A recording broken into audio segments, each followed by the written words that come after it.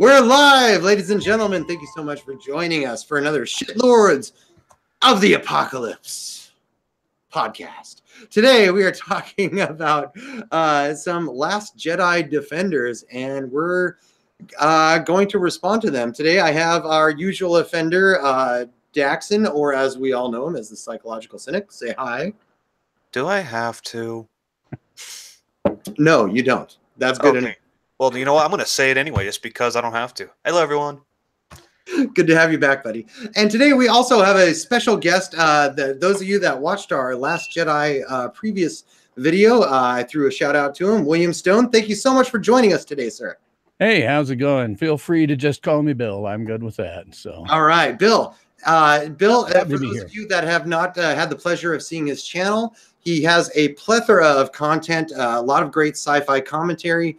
He comes from the exact same school of thought that I do. He's an old school Star Trek fan, an original Star Wars fan, and he's been one of the few dissenting voices in the major YouTubers that have been defending all the studio bullshit like Star Trek Discovery and the Star Wars The Last Jedi and stuff. And he's come out with some really great arguments and thoughts that are very introspective. And if you're an old school sci-fi fan like me, I highly recommend you check out his channel, and I'll post a link of it in the description. And we're really glad to have you here today, man. Well, I appreciate it very much. I'm very happy to be here. I've been watching your stuff as well, and while it tends to sort of overlap mine sometimes, I'm glad it didn't this time. Yeah, absolutely. So today we're going to have some just real quick, that scheduling thing I was telling you about, a non-issue now. Yeah, okay, I great. pushed your show on a video I just uploaded to there, so hopefully we'll get some more of my regulars coming in. Great, cool. Well, and if there's anything we can do to help your channel, also. Yeah, you're doing great. Hey, that's cool. Yeah, absolutely. Happy to collaborate with you. You're a fellow traveler. And this is how we can make change in the long run by combining this is the beauty of the internet, right? Like how we find fellow travelers and fellow like-minded people that are just kind of sick of the studio media bullshit that is just being shoved down our throat, and standing up for the true fans that actually love these IPs for the reason that these IPs were good for in the beginning. We're the people that built these houses, and they moved in and started changing all the wallpaper and knocking down walls and rearranging shit. And we just want to say, no, knock it off. Stop it. Like, it was good the way it is. Like, you can update it, but don't fucking knock down walls, I guess. I think there's like a million things that they could be doing with like Star Wars that would be good. It's just they've decided to fuck it up. I mean, like how okay, let's see, how can we throw everything that the fans will hate? Well, interestingly, I recently went back and watched the original The Force Awakens trailer, and I tried to imagine it as a new fan that knew nothing about the movie or about The Last Jedi or anything about the continuity. And I thought, what if I was writing the movie based off of this trailer? I would make Finn a badass Jedi Padawan, like someone who probably studied under Luke, that maybe his training was incomplete, he wasn't quite badass, but knew enough to be able to hold his own, and went undercover as a stormtrooper and did some kind of cool mission. And and Rey would also be another Padawan that was maybe stranded on the desert planet and was trying to get off and just trying to do the best she could, and use those grounds to create a story of okay, so the Jedi Temple was reestablished, and the New Order, the New Republic was reestablished, and there was an infrastructure and something, and then something happened, and it destroyed everything, and now the New Order is here, and now there's just all these small remnants that are just fighting back against the tide. I mean, I think for me, just as a fan, the thing that I thought they blew the most is just that, as somebody who saw the original Star Wars at age 12, I was 12 when I saw Star Wars at 12 years old, and Luke Skywalker wasn't that much older than me, and he isn't at all older than me now to speak of. The age gap is not that big a deal. And whenever I thought about what was going to happen to Luke in the future, and I thought he'd be some great Jedi master, and he'd have taught all these people, and it would, if there was some other conflict in 30 years, it would involve his new Jedi in some way, as opposed to, oh, well, so long. See, the people in my generation, I think we want to see ourselves kind of as that's the whole thing. We've always wanted to see ourselves as Luke Skywalker or Princess Leia or something like that. And I can't see myself as Luke anymore because he's not who I wanted that to be. I wanted him to be the great teacher and the master and all that. Well, I think you kind of hit the nail on the head right there. Yeah, I think that's exactly almost anything else you could do plot wise, I'd be okay with. That one thing just bugs the crap out of me. There was everything that happened between the end of Jedi and now doesn't matter.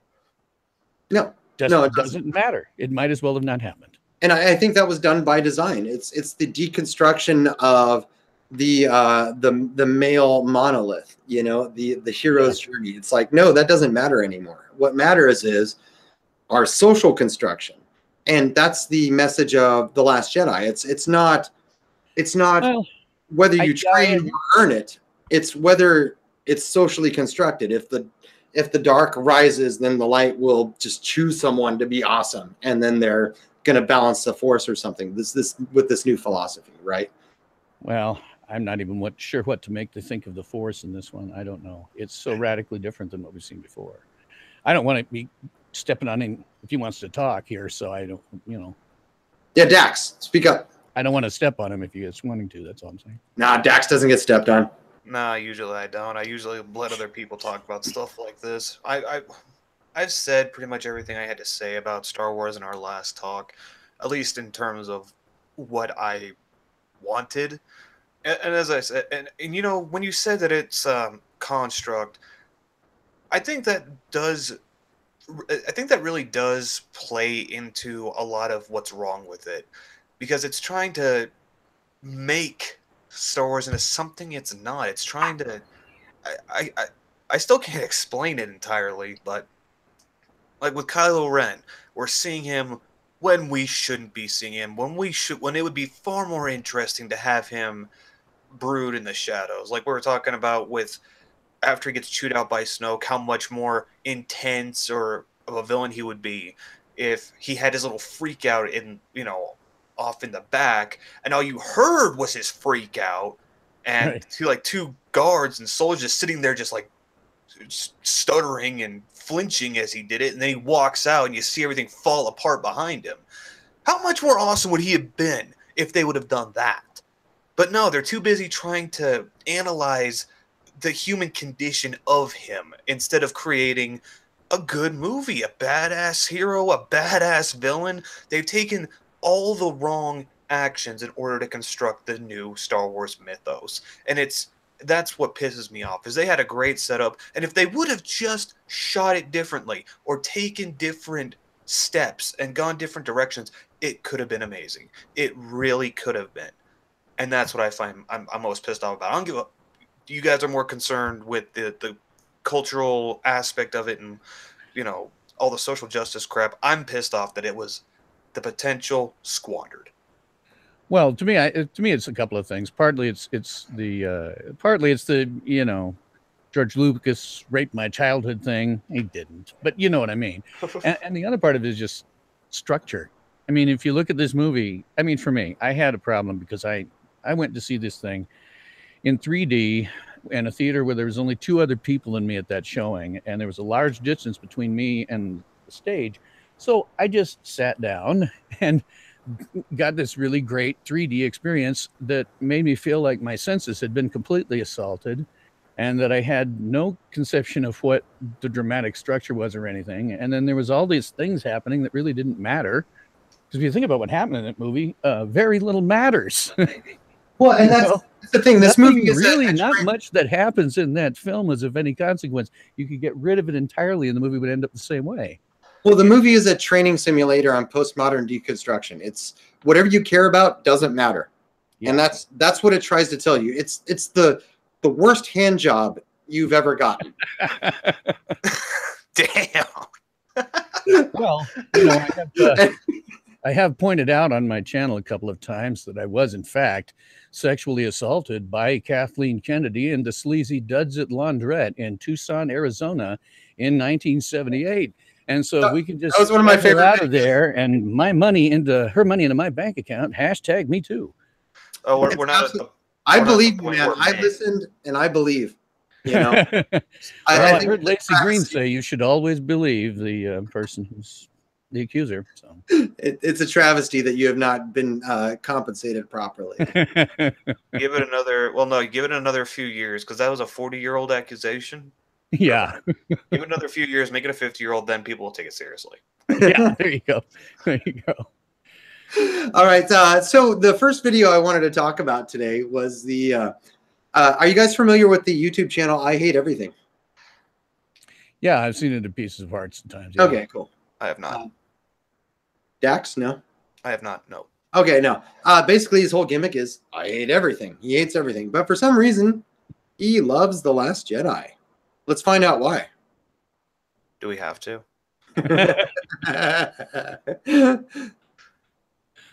All right. You guys see that? Yep. All right. Don't get your gravity in a twist. What? What does that say? Don't get your what in a twist? Hold on. Don't get your gravity in a twist? What the fuck does that mean? I imagine that probably refers to the fact that those stupid bombers somehow use gravity to drop their bombs. Oh. Oh my god, they do, don't they? It's probably meta and clever. Yeah. Well, then again, I mean, the bombs did fall, and everyone is standing and walking like there's gravity. So I guess the gravity pulls it down, and then in the vacuum of space, it just keeps going. So I'll give that. Maybe, I don't know. It was just one of those things that I looked at and went, where's that coming from exactly, that they're headed down in space? And by the way, why didn't you just tilt them 90 degrees and fire them off? Well, it's little things like that. I'm cool with plot holes. I'm cool with inconsistencies in logic. My problem is when it pulls me out of the movie and I'm like, what? Like, yeah. If I think about it later when I'm drinking coffee and talking about it with my friends, I'm like, oh yeah, that didn't make sense. That's fine. That's a forgivable excuse. But if I'm actively watching the movie and I'm like, hey, wait, then it's a problem. It tears me out of the movie and it takes away from the enjoyment and the immersion. So yeah, we're not even 1 second into this this video yet, and we've already found shit to complain about. Well, I think that's a black hole. That's my final take on it. Or a black hole. A black plot hole? Oh my god, is that racist? Might be. Black Lives Matter. Black holes matter. All right. Let's move on.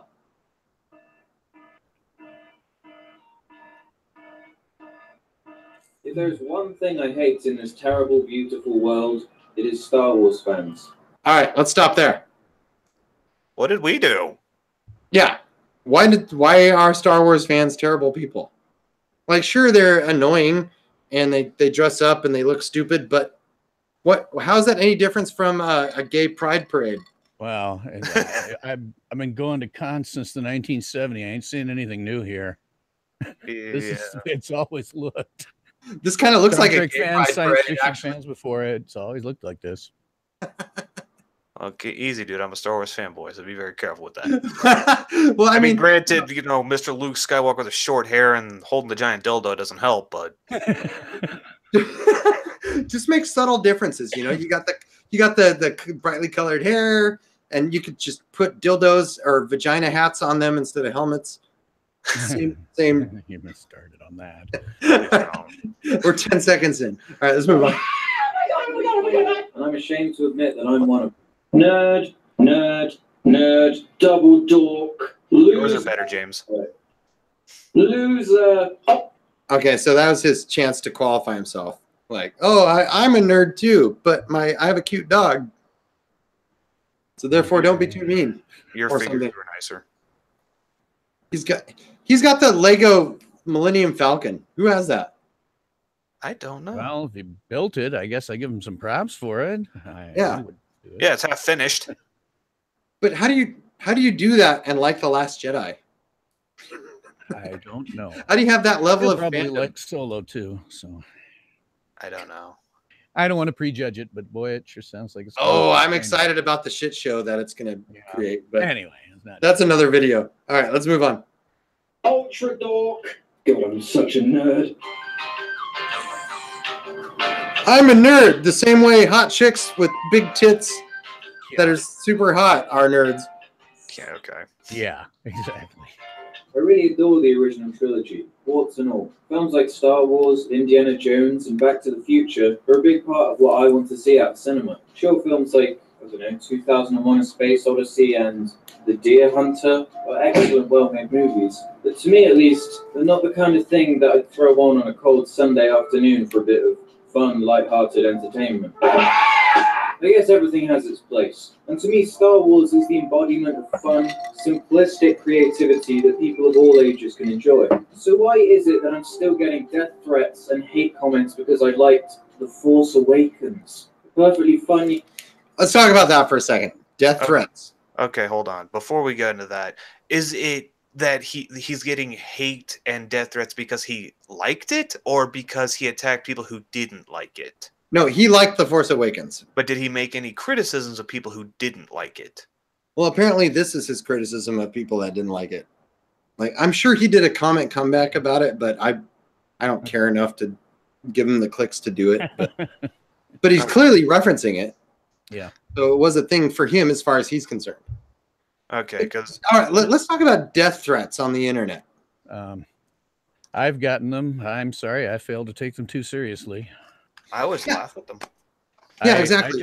I say things like, well, you know, I'm the guy that when I go plinking with my model of 1911, I can put the holes through the pattern very nice and closely. And oh, by the way, they developed that gun by pointing it at a bull's head and pulling the trigger until the round was big enough to do it in one shot. So nice. yes, feel free to death threat me. Yeah, I don't invite that. I'm just waiting for the opportunity to try it on Home Invader. You know, most of the people who do death threats like that don't mean it. So if you say something like that, they go, "Oh, he's crazy." I'm a believer in cowardice. Like, you know, like I'm perfectly capable of defending myself, but I don't think I will ever have to do it. Oh, I you would know, like, hope I never have to. Yeah, absolutely. I mean, I just say that because, like I say, if you say that to somebody who says, "Oh, I'm going to kill you" on the internet, you go, "Man." It's like, yeah, fine. You're mad right now. When you wake up in the morning, you're not going to give a fuck. You're going to have to worry about paying rent or buying breakfast or some shit. Like, yeah, like people on the internet talk tough. Like, if they send you death threats, how seriously are you really going to take it? Has any online personality died from the follow through of a death threat that they posted that was posted online? Has it ever happened? One time, even? I'm pretty sure it has happened, but not on a major scale. There's a singer who hasn't posted much called Isabella Brave with a Y. She went inactive for a while because she got a stalker off of YouTube. It wasn't a death threat thing, but she actually had some kind of a stalker. So does it happen? Yes, but I think it's pretty unusual. I mean, you look at people like Emma Blackery, who's really popular, at least from my perspective. She can walk around London without a problem. You know. No, I'm happy to believe that stalkers do happen. That does happen. Rare. That's a verifiable fact. But do online death threats ever fruition into an actual murder attempt or a successful murder? Has it ever happened even once? Like, yeah, anyone that's posted online about murdering someone, have they ever followed through and actually murdered them? Has it ever happened? Even that I'm aware of. Yeah, I don't think so. I could look it up, but I'm pretty sure it has. And if it hasn't, that will be one of the most surprising things I've ever heard in my life. But you got to think, if it has happened, wouldn't it be all over the media? Why isn't it at the top of our minds? Because with all the concern about online bullying, that would be like the poster child. Like they posted, they put up fucking, what was that one asshole that killed a bunch of chicks that was like an incel? Elliot Rogers. Elliot Roger, yeah. They like made him the poster child for MRAs, even though he had nothing to do with MRAs. Oh my God, I can't believe that there isn't any. I just looked it up. Online death threat results in actual death, and there's nothing. There's a lot of death threats made and arrests, but never once happened. Yeah. Never once happened. What the fuck? That's something I'm going to stick in my mind now. Yeah, no kidding. I thought there would be at least one. And it would be at the very top. You know, there has to be at least one. I mean, maybe somebody just didn't report it, but Jesus, I thought for sure we'd find one. I'm not surprised for a second, because sort of confirms what I've always psycho and actually try and kill someone. You're not going to warn them. Yeah, it sort of confirms what I've always thought. That most of these people, when they go on the internet and complain, they're mostly wusses. Yeah, There's no real problem. Oh no, it's I'm sorry. I'm still in shock. I thought for sure that that would happen at least once. I mean, I know, internet tough guy has been around since the internet was invented, but Right. wow. Well, your shock is understandable given the amount of pervasive attention that online quote unquote death threats have been given in terms of the cyberbullying conversation. But in the real world, it has never affected or hurt anyone. It's purely a leverage based on emotion tactic. Alrighty then. So, okay, I'm glad we dispelled that. We solved the death threat problem. Let's move on. Yeah, derivative movie. I was going to throw my hat into the ravenous, never-ending black hole that is opinions on The Last Jedi long before this. But for too long, I just felt too beat down and disappointed to say anything. But it's just been on my mind too much to not finally break my vow of silence. I think the reaction and response to The Last Jedi is quite frankly embarrassing, and there are a lot of people who should be ashamed for the things they've said because of a Star Wars movie. What about... I agree with him, but not in the context that he's saying. Kind of, yeah. Oh my God, we agree with this guy.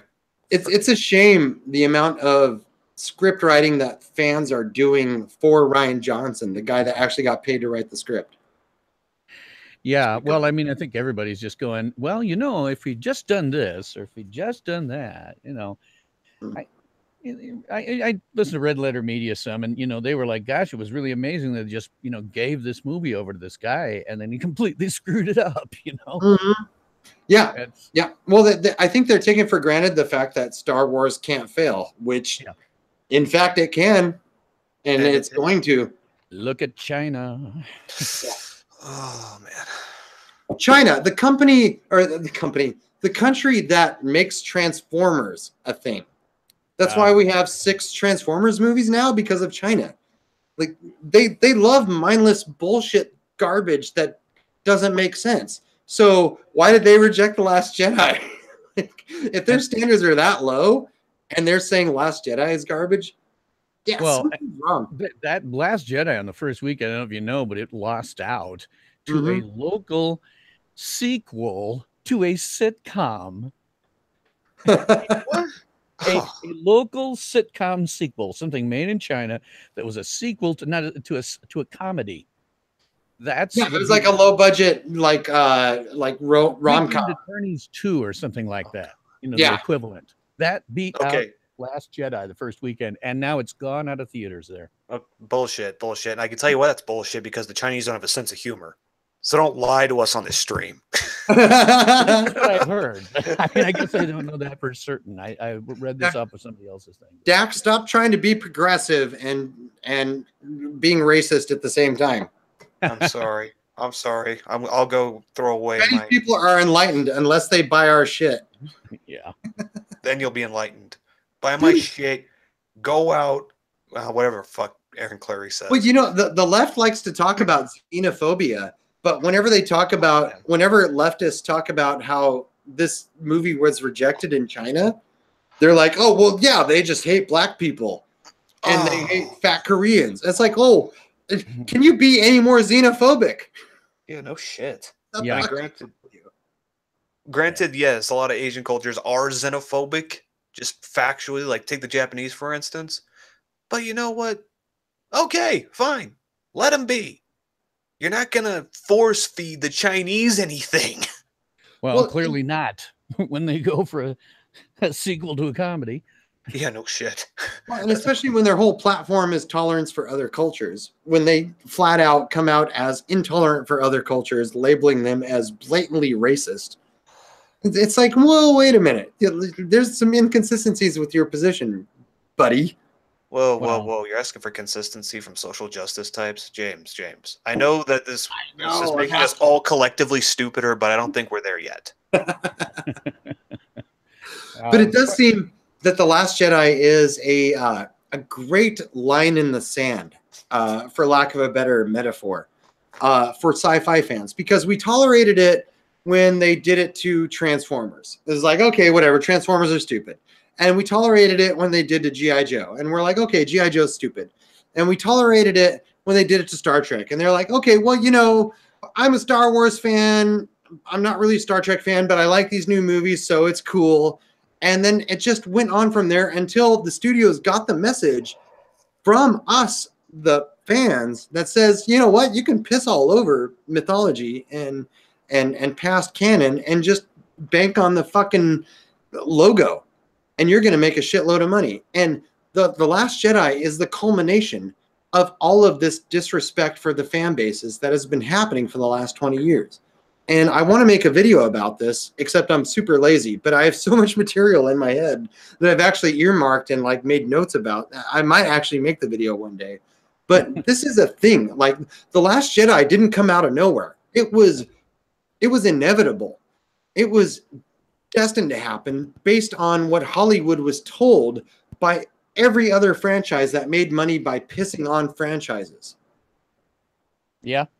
I mean, I you know, for myself, right? Because again, I grew up with like Land of the Lost on TV, which was a cheap show for its period. But what do you want on a Saturday morning TV show in the 1970s? And then, you know, Will Smith, who's supposed to be a big fan, not Will Smith, Will Ferrell, who's supposed to be a big fan, comes out and does a complete crap on it. And I went, oh, yes. All right, this is where we're going. Another example, yeah, of just shitting on the fan base. Why do you do that? Like, if you're going to, when the source material was actually pretty good science fiction wise, you could have changed a few things in there and make it a little more internally consistent and things like that, and better production values and all that. Yep, absolutely. But in terms of the general, you know, concept, it's not a bad one. But he said, let's go for the yucks. You know? Yeah. And badly. I thought I don't like his comedy in general because I just don't get it. But that one, I was like, is there anything funny in this movie? Oh no, when it comes to Will Ferrell, he's supposed to be very deadpan humor. And the thing is, I'm supposed to like him. I mean, I'm supposed to like him because I do have a very deadpan kind of humor to me. But I don't find him that funny. And I've been lambasted for saying that in my own circles because everyone I know loves the guy. I just don't. I couldn't sit through Step Brothers or whatever the hell that was. Land of the Lost. I could watch it. I could kind of get into it, but I just don't get him. I don't. I tried. I do. Just like I tried to allow myself to get into The Last Jedi. But there was just so much that I could not appreciate. I really couldn't. And I don't know if it was just bad directing or if it was Will Ferrell as an actor, and it's nothing wrong with him because if people like him, then, you know, good. But I just couldn't get into him. So I don't know if that's on me or on him or on the director or whatever, but like in Celebrity Jeopardy, he works for me. I think it's probably all on Rian Johnson, to be honest. I mean, you know, he wrote and directed the thing. I can't fault anybody really for their performances. I'd have to say, oh, well, they probably do better in something that was better. Well, you know, I have thoughts about that, though. I think Rian Johnson is a tool. Yeah. I don't think he actually had as much control as has been led up to been believed. But for some reason, my camera has pooped out. So let me exit and rejoin real quick. Be right back. All right, I'll go on a tirade. So I think a lot of it, what's been going on is, okay, so you guys, have you heard about the grid girls and how they've been taken out from racing, I think it is, because the values, quote unquote, are changing? Oh, I haven't heard about that, but nothing shocks me anymore. Let's put it that way. Right. Anyway, so yeah, I think it is NASCAR, and the grid girls were the girls who went out with the flags and whatnot. For the people who don't know, because I don't know, I don't watch NASCAR. But anyway, they said, but they've gotten rid of the girls, and they said it is incumbent upon us to change with these social norms and the way the country is going, and we feel that this does not line up with modern values. And people, and the girls. Well, I hate to tell them this, but the country ain't going that way. They only think it is because they've been listening, unfortunately, to too many people on campus who should not be listened to. Well, and I think the major issue there is the people in Hollywood are listening to the people on campus. And Hollywood is one of the biggest influencers of our time. Oh, it's completely. I think Hollywood itself is very, very toxic. I did a show on that, but I honestly think that Hollywood is a wretched hive of scum and villainy, and it has been since the day it started. So well, the big hope with all this Harvey Weinstein bullshit is that it'll be blown up and expunged, but I don't think that's going to happen. They have co-opted it so artfully that it's now become an overall question of it's a man problem, not a Hollywood elite problem now. They've done such a good job of like deflecting it on people like all of us on this podcast, you know, instead of the people in power that are actually in a position to tell women, hey, give me head or you can't have this multi-million-dollar contract. Yeah. Yeah. I think what happens is people in Hollywood that make our entertainment look at the crappy world that they live in and they think it's like everybody else's. and they don't understand that they live in a crappy world and the rest of us are out here fine. Yeah. So that's why they think the whole world's like this. And so when they see Harvey Weinstein, raping 15 women, they go, oh, everybody rapes 15 women. Yes, exactly. They absolutely project that on the rest of the population. Like, oh my God, Harvey Weinstein did this. That's every man. Yeah. No, sorry. Like, no, not even close. All right, let's move on with the video. No, but we're bored. Now that everything is working properly. Oh my God. Ooh, we got infinity. Let me change that.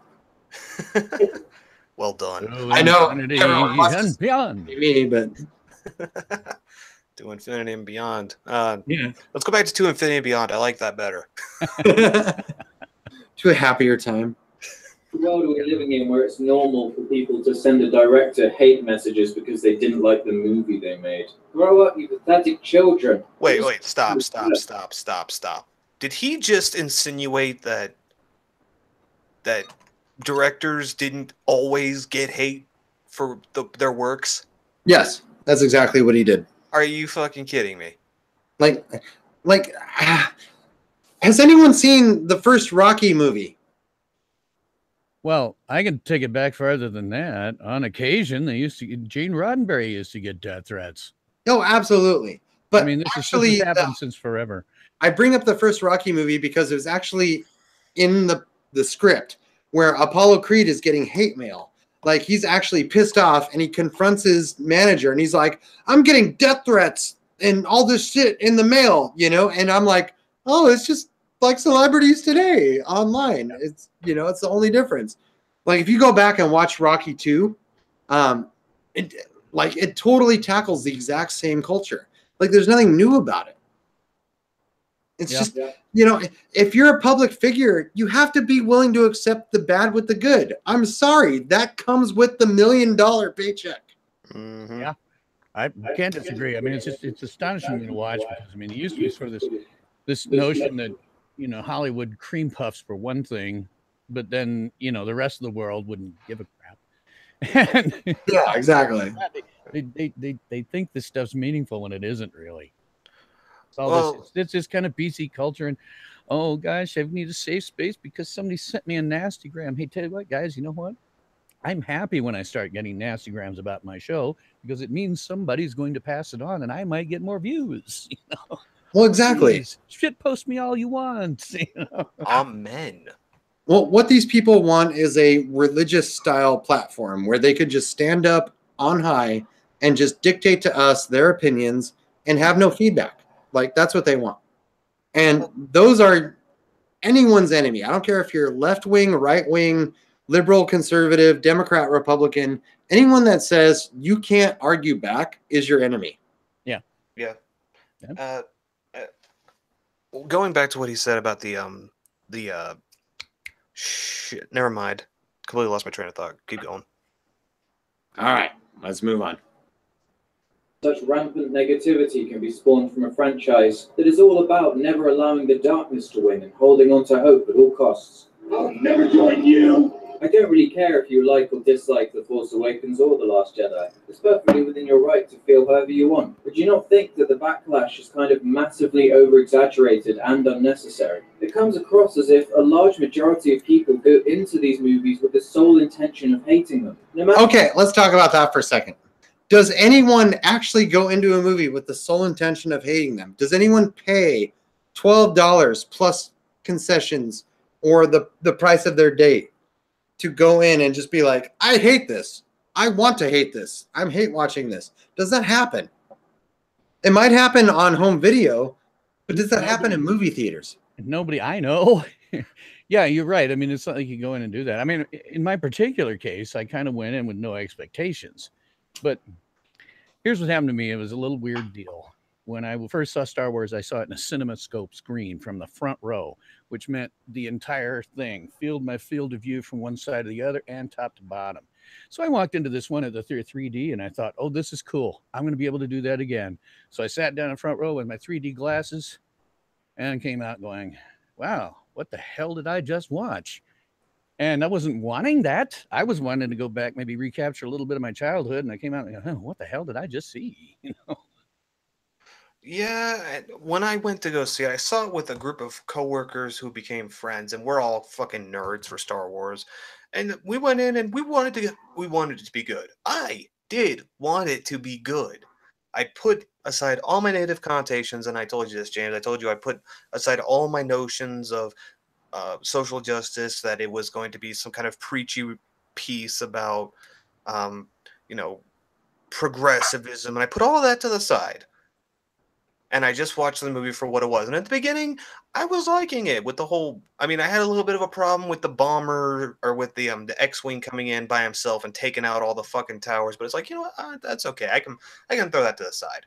And then the bombers came in and they were getting shot down one at a time. And I'm like, why are these bombers so fucking slow? But you know, okay, it's fine. It's fine. It's fine.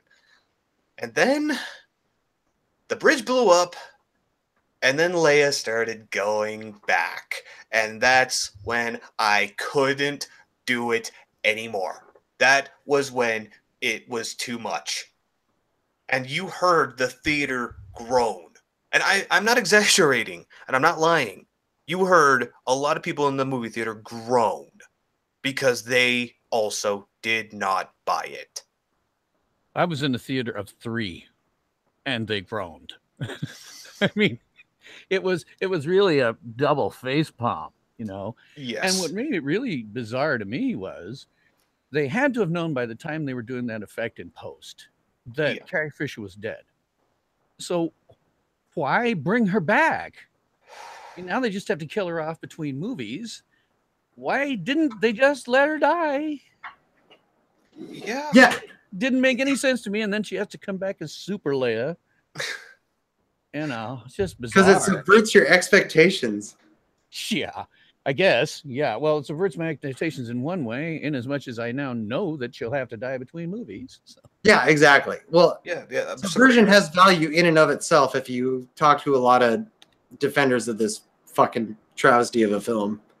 Yeah, okay, so that's a lot like Devil. You guys seen the movie Devil? No.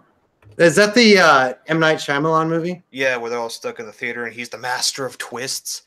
And he had absolutely no indication about that twist. And it made no sense. But it was just, they play with your expectations. Yeah, but if everyone in that freaking elevator just spontaneously combusted, that would also fuck my expectations. Doesn't mean it was good. Well, you know, I'm just have Luke Skywalker show up as a ballerina. That would subvert my expectations. I would. That would. I don't know if that'd be an improvement. You'd be like, you know what? Fuck being a Jedi. I just want to dance. Well, you know, in all honesty, when he started drinking milk straight out of that space cow, for me, that was about like coming out as a ballerina. Yeah. Yeah. I mean, in terms of like that one was like, okay, all right, now you killed me, because I know for a fact that I never wanted to think about Luke Skywalker as an older Jedi drinking green milk out of some cow. When I saw that green milk shit, I had a suspicion that they were purposely trying to destroy Luke Skywalker. And then at the end, when Luke Skywalker literally disappeared for no reason, I knew it was agenda driven. It was purposely constructed to destroy that hero and to make sure that none of us liked him by the end of it. And you can tell. Yeah. They succeeded. There's nothing to like about the Luke Skywalker that was portrayed in The Last Jedi. There really wasn't, except for that one shot where they're like, unload all the guns on him, and he walks out and then dusts off his shoulder. That was the one time he was. If that had been real, you know, if Luke had actually been there, and we find out that he's just that freaking powerful now, that Yeah. would have been cool. That would have been cool. But when it's just like Yeah. a Force Ghost hologram thing, and at the end, and you're just like, oh man. Because Well, I they mean, couldn't give us like you that say, doing because- that thing where he brushed off, that was a brilliant move, and I loved that. It was one of the few times in the movie I went, "Oh God, yes!" But then, of course, he's not really there. So. Well, I was jumping back and forth because I remember he did touch Leia, he did drop off the dice, and then I see him like not make contact with Kylo Ren's saber. I'm thinking, wait, why isn't he making contact? He had to be there. He left something with Leia. Why? This can't be. They're not going to jump this shark. And sure enough, they jumped the shark. And then, to smack us in the face, they go back to Kylo Ren holding the dice, and they disappear in his hand. It's like, wow, okay, you know what? Fine. And all of that was purposely done because they hate us, because we care. For example, when he was the projection, he had the blue lightsaber. All of us wanted to see Luke fight with the green lightsaber. That's his lightsaber. That's the one he created. That defines his character progression as a Jedi, as a mature, confident, warrior for the light side. That he defeated Darth Vader with. Yep. But nope. He's gonna appear with the blue lightsaber, which even within the own movie's logic wouldn't make sense, because Kylo knows that blue lightsaber. He would think if Luke was actually trying to trick Kylo, he would show up with the green lightsaber. Showing up with a blue lightsaber is just like a dead giveaway to him. So what the fuck are you even doing? The only reason why he showed up with a blue lightsaber is because fans wanted to see Luke fight with the green lightsaber. And it was an intentional fuck you and middle finger to anybody that gave a shit about this series. Well, I mean, for me, by that time, the color of a lightsaber no longer mattered. I was like I say, sitting there in 3D and watching all this stuff and really not being sure what the hell I'm seeing. And because there's so much of it constantly going on, by that time, I'm kind of like, okay, green lightsaber. Man, I don't even care anymore. There's so many weird crap happening here. You've already destroyed Luke for me. I know. But I mean, it's just one of those little tiny details that I picked up on. Like there was no reason to have a blue lightsaber in that scene other than, fuck you, fans. You wanted to see him with the green lightsaber. We're not going to give you that. That was the only reason for that artistic choice. Because even within the conceit of the movie itself, it doesn't make sense. Like if Luke was actually trying to confuse Kylo and make him think that like he was actually there, he would show up with the green lightsaber. Yeah. So it doesn't make sense even with its own logic. Yeah. Yeah. One of those things. Like the whole film for me is just. It's a fucking train wreck. A double face palm, from one double face palm to another. If it isn't, purple-haired lady to, Leia being super Leia. I'm so conflicted when it comes to Admiral Holdo because I've had a huge crush on Laura Dern since Jurassic Park.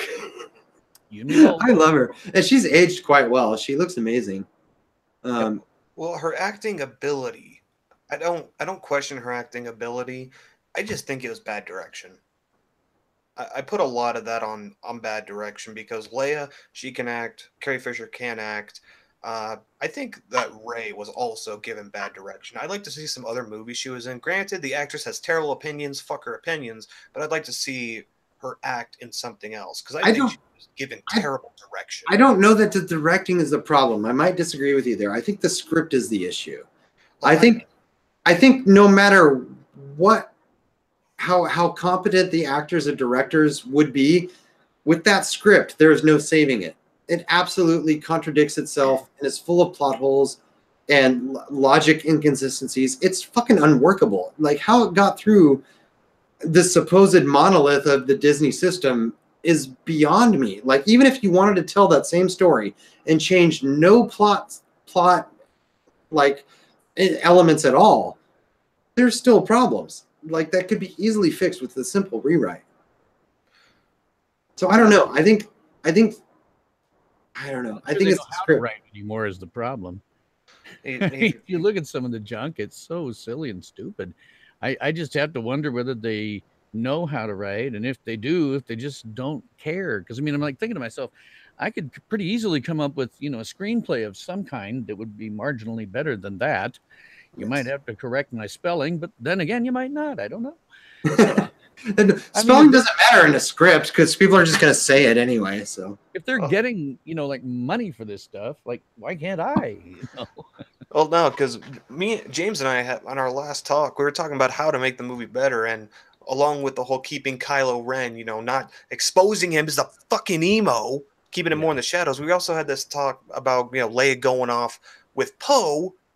And those two go off, find the code hacker, and presenting Leia as a badass there, where she would be a fucking badass because it's diplomacy. It's Leia. She's pretty good at that kind of thing. You know, we all walked into Episode 7 hoping for Leia to be a badass Jedi knight or master at that point. Like, we would have all accepted that. That would have been fucking awesome. Like, yeah, Luke trained her, and she's got all the power, and she's his equal at this point.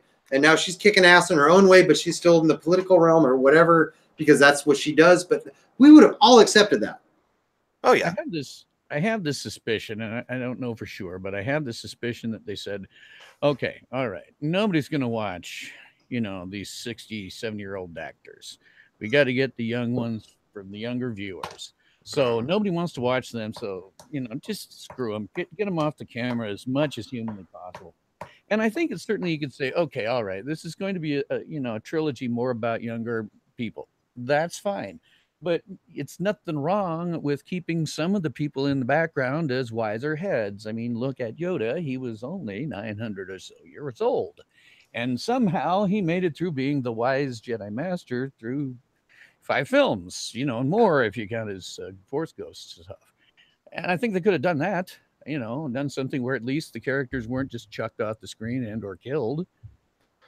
Well, you know, it all started back in Star Trek Generations when they decided to subvert expectations by having Kirk die on a bridge all alone, you know, with it landing on him.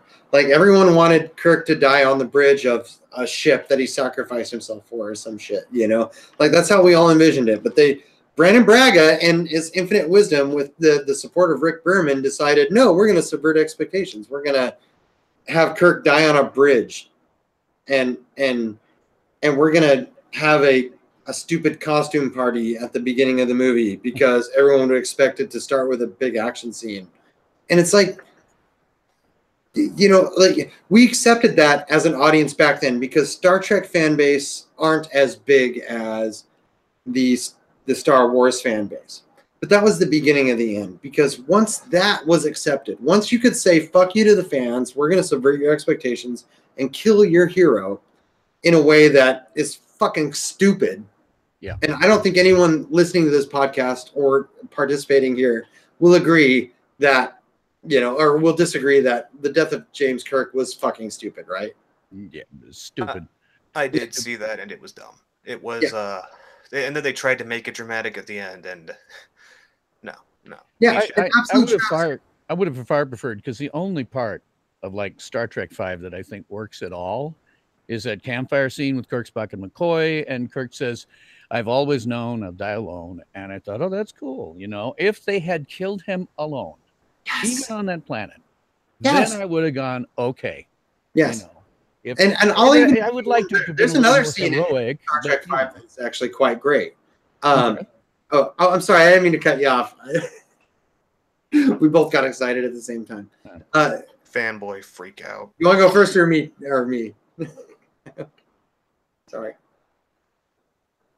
Okay, I'll go first. But basically, the other scene in Star Trek V that I will defend till I die is when McCoy has to euthanize his own father, and he has to relive that memory with Cybok.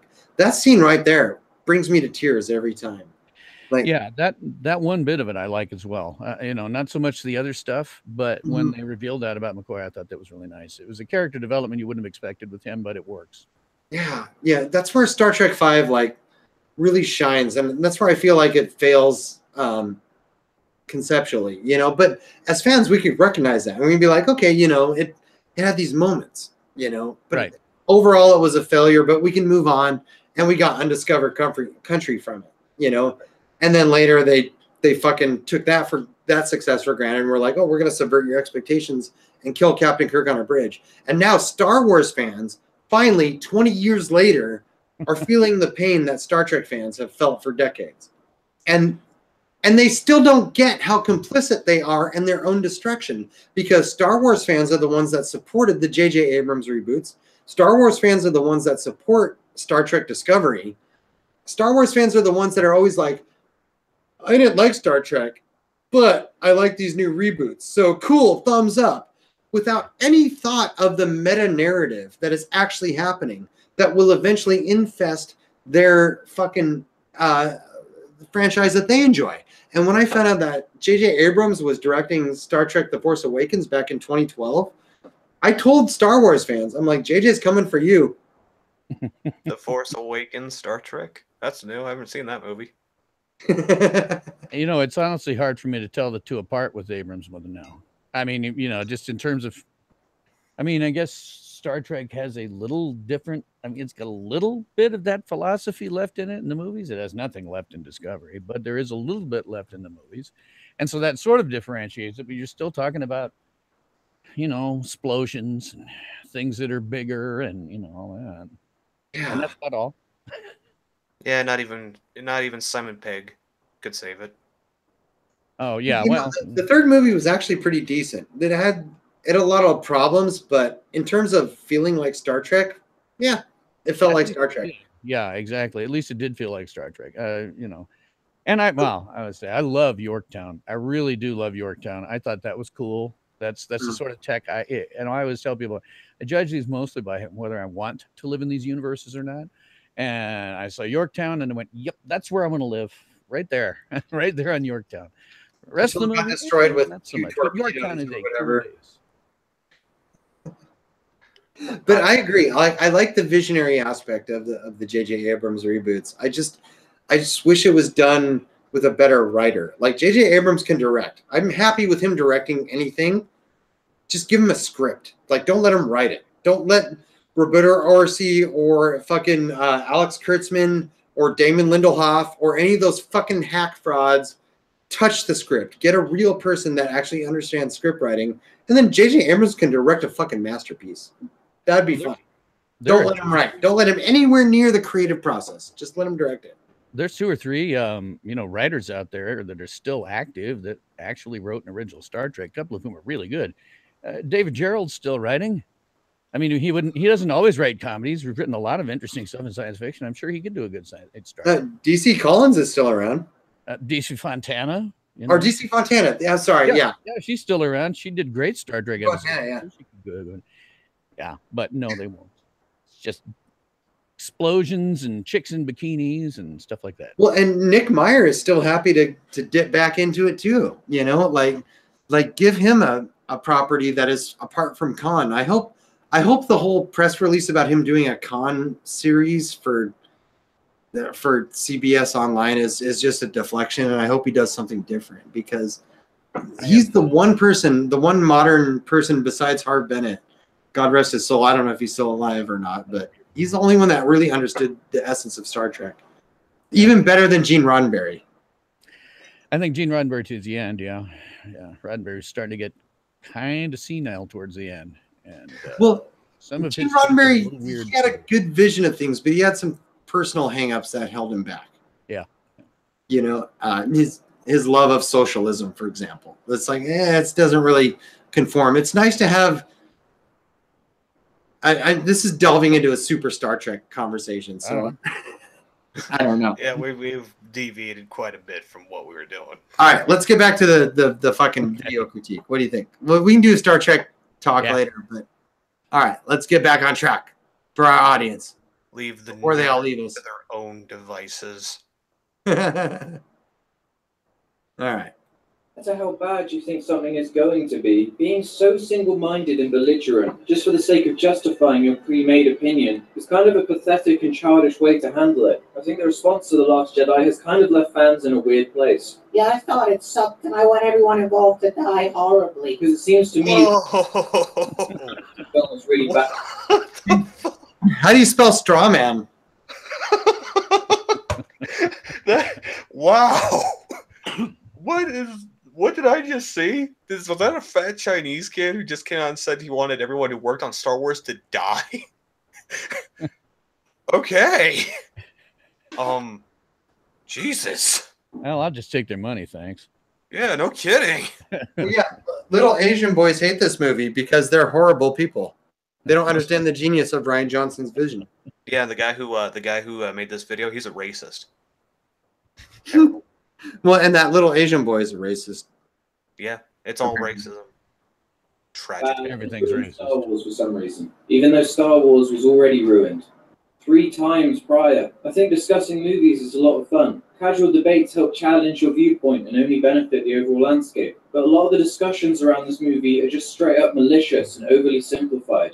You have 2 choices. You can either really love it or think it's the worst film ever made. And there are people who exist out there who actually use "he likes The Force Awakens" as an insult and do not like me as a person because of it, as if that's character flaw. You know what those people say? All right, let's talk about that for a second.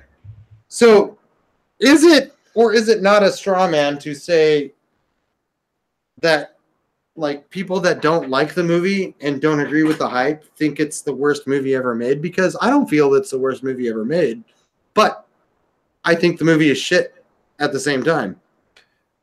Call me and maybe I'm the 1%er. No, I Twilight exists. Twilight exists. Never forgotten. I will never forget. I'm sorry, that was all I wanted to say. Never forget Twilight. It's up there with 9/11. Yes. Well, I tell you, I think if you've ever seen the honest trailers, Twilight, those are pretty good. Those pretty well tell the story from my perspective. It's a show about vampires and stuff that's for girls who are too stupid for the Hunger Games.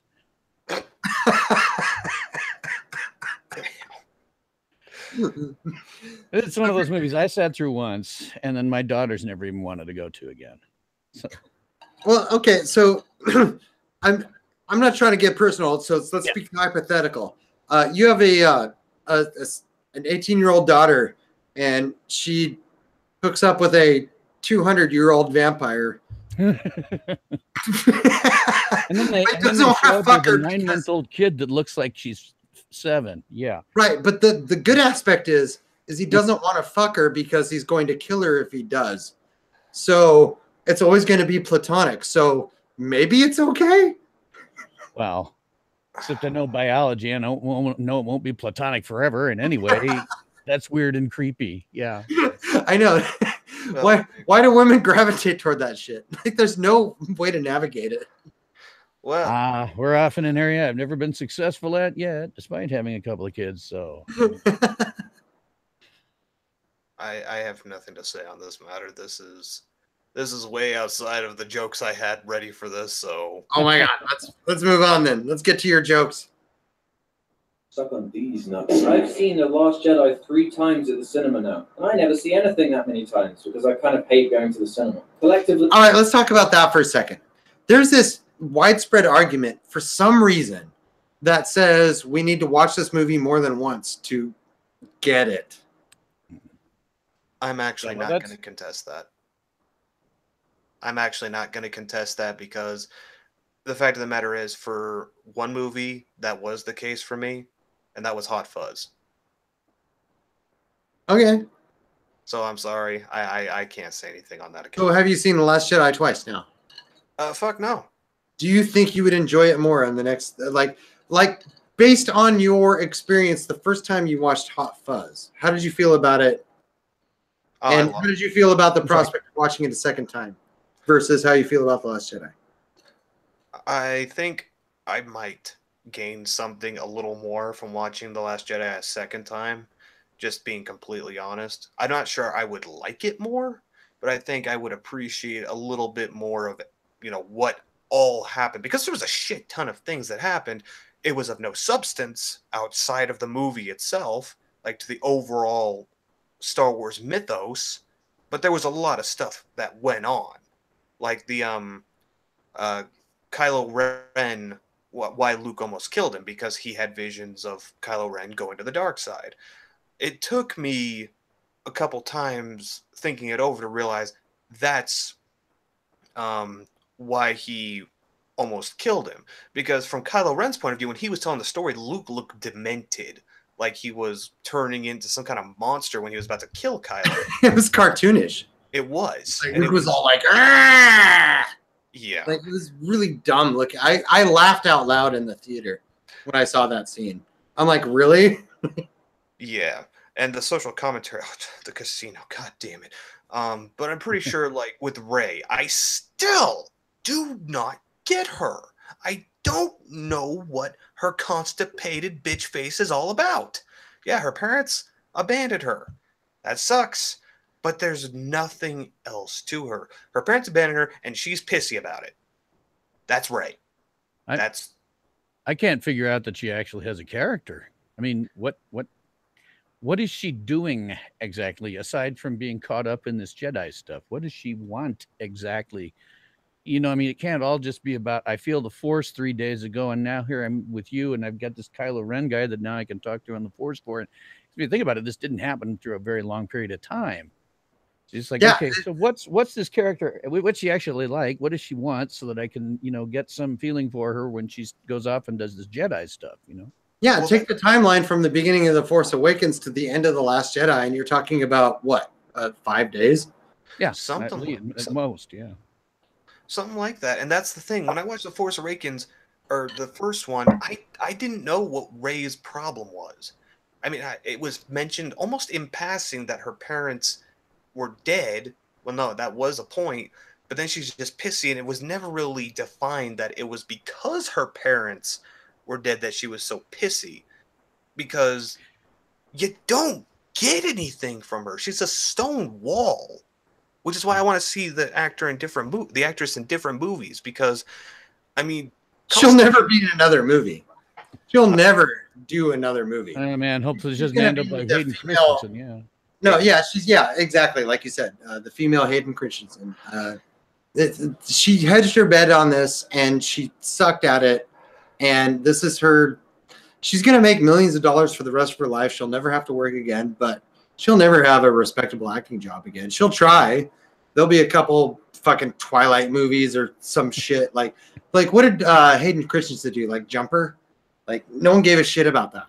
And she'll do something like that too after Star Wars is wrapped up.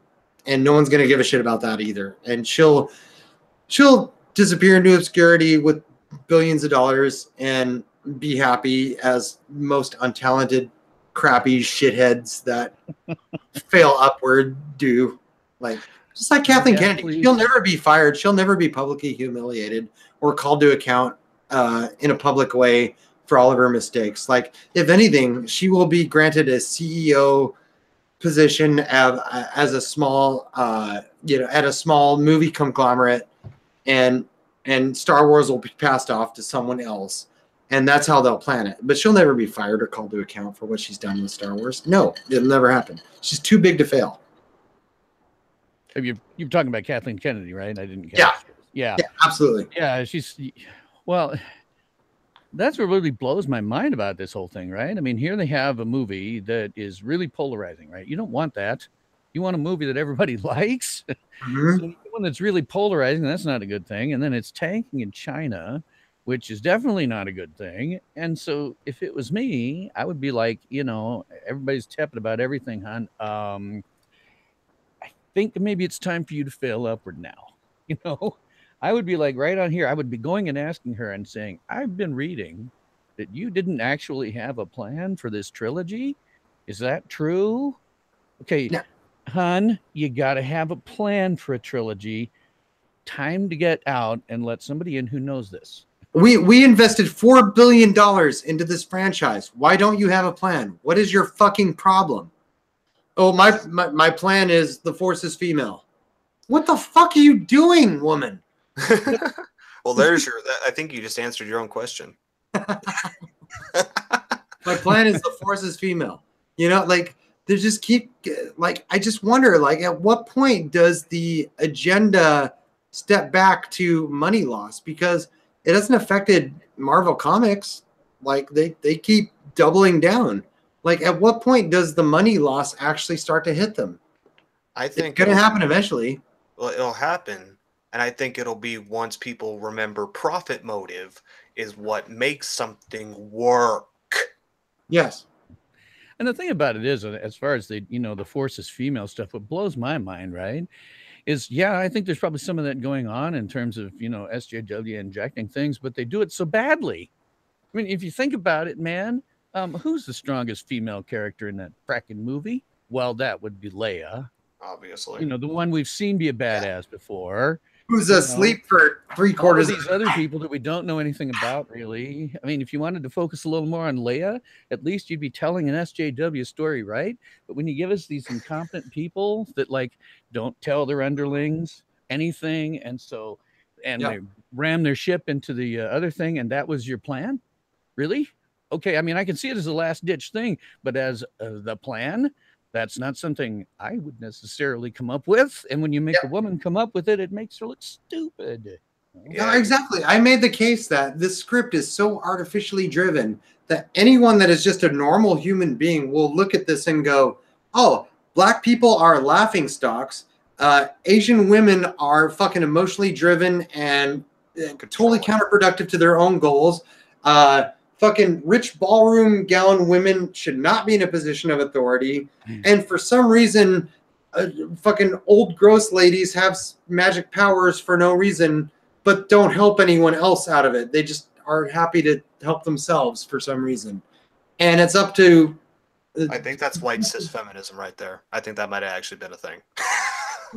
That's the thing. They try to have this ultra progressive message, but they totally defeat themselves because everyone is so incompetent and stupid in this movie that any objective observer will look at this and go, none of you are anybody doing anything that I would do in real life in this situation.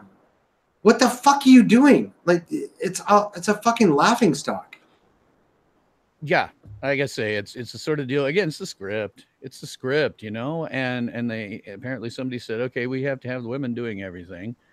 And you're like, okay, all right. If it was me, I'd be like, okay, you want the women doing everything. Okay, well, I'll come up with a script that's good where they do things that are logical and make sense and make them appear smart. Yeah. You want to do that, just fucking... Is this good enough, Kathleen? Yeah, it's got a lot of women's lines in it. Perfect, Wait, hold on. What is this part about Carrie Fisher going to the planet? No. We need to have her here on the ship. She's the she's the commander. Okay, well, what's she into the ship? We're gonna have her get knocked out. What? Yeah, she's gonna get knocked out, and then we're gonna have this person. She's gonna be in command. Okay, well, what's the plan then? Oh, she's not gonna tell them. Why? No. Because everyone should just listen to her.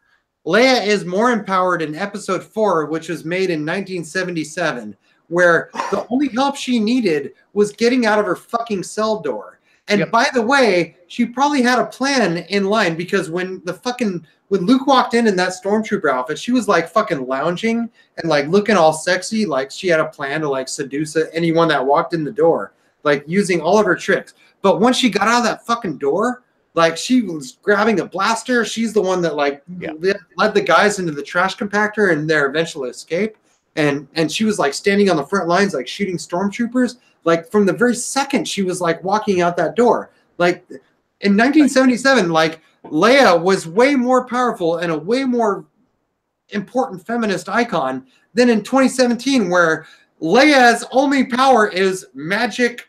I didn't die in space and I flew back into the ship because Rian Johnson said I could do it. Well, like, what like Superman. Yeah. Well, everyone like the absolute state of feminism now. Yeah. Everyone keeps referencing that part where she's shooting the stormtroopers and stuff, but there was another scene and that was when she was brought into the Death Star initially. And what did she do? She didn't cower to Admiral Tarkin. She's like, oh, Admiral Tarkin, I recognize your foul stench when I was brought on board. It's like, damn, this guy's got you and you're still talking shit. Dude, yeah, she was fearless. She was a fearless badass bitch, and given the chance to have a blaster, she was competent with it. She was fucking killing stormtroopers. She was devising escape plans. She was talking shit to her rescuers when she realized they didn't have a plan. They were just fucking like, that's a fucking feminist icon right there. Not the 2017 Leia. Yeah, no. You know, the weird part about it too is it seems to me like what actually happened, just kind of looking back historically, is, oh man, feminists are going to kill me for this. I think we reached a point actually where we do pretty much have as equal rights as we're ever going to get. I think we pretty much got that. I mean, I think there's places where you can say no, but I think in general, we pretty much got it, and we've had it for quite a while. Yep. And so that's why Leia at the time was a little progressive, but today we're just like, yeah, that's about right. You know, then that's about right. That's about normal. That's absolutely. Well, and honestly, kind of equality. So I've made this point before many times, but I think it's worth repeating that the ultimate feminist statement is Return of the Jedi, when Leia is in her slave gears, when she's ultimately in her like most revealed, most vulnerable, sexually objectified outfit, like she's wearing practically nothing, and she's still in that outfit, uses the chains that bind her to fucking strangle to death a fucking fat ass Jabba the Hutt. You know, she fucking kills him with her bare hands using the chains that have like binded her while she's wearing this fucking extremely revealing, vulnerable looking outfit. If there's anything that is more empowering to women, I can't think of anything more than that. Like, and they had a plan. Fight fucking oppression. That's your fucking scene. That's the fucking scene that tells you can fight back. And they had a plan that made sense. You know, it was part of a plan that made sense. She was there specifically so that she could be around and kill Jabba if she had to, you know? Yep. You know, and that's why I hate feminists like using the slave Leia outfit as like a sign of oppression or whatever. No, she was using that to her advantage. She was using that to get into Jabba's confidence. So he was overconfident so that she could fucking strike and fucking kill him. Like, oh my God, like that is so fucking devious and wonderful. That is using your feminist wiles to turn a disadvantage into an advantage, which is fucking beautiful. That's good storyline. That's good storytelling. Yeah, that's how you empower women. Not telling them like you have to all dress in slave outfits, but just saying you're not at a disadvantage. You can always find a way to strike. Well, and what's interesting to me about that too is I've always wondered if any of the people feminists who really complain about that bikini, metal bikini, have ever seen the Comic-Con pictures, because they may think it's really horrible and objectifying, but I'm here to tell you that any given Comic-Con, there are probably 400 women who don't find it that way. Oh yeah! Oh my God, they love showing their bodies off. Well, but that's internalized misogyny, though. Oh. The world is wrong. They're wrong. Everyone else is wrong. But the social justice feminists, they're right. You nailed it, Dax. Actually, like, women are wrong. Their inherent desires are wrong, because feminism isn't so much a battle against men. It's a battle against hot women. Yeah, and I was actually talking with Bill about that. With the you heard about the Grand Prix grid girls, how they're getting rid of them? Oh, the Grand Prix? Grand Prix, yeah. Fuck off. I don't watch racing that much. So, yeah, and they're getting rid of them because of quote unquote, it's not in line with the values of course not. Yeah, you can't have sexy women in any kind of media anymore. No, it's not acceptable.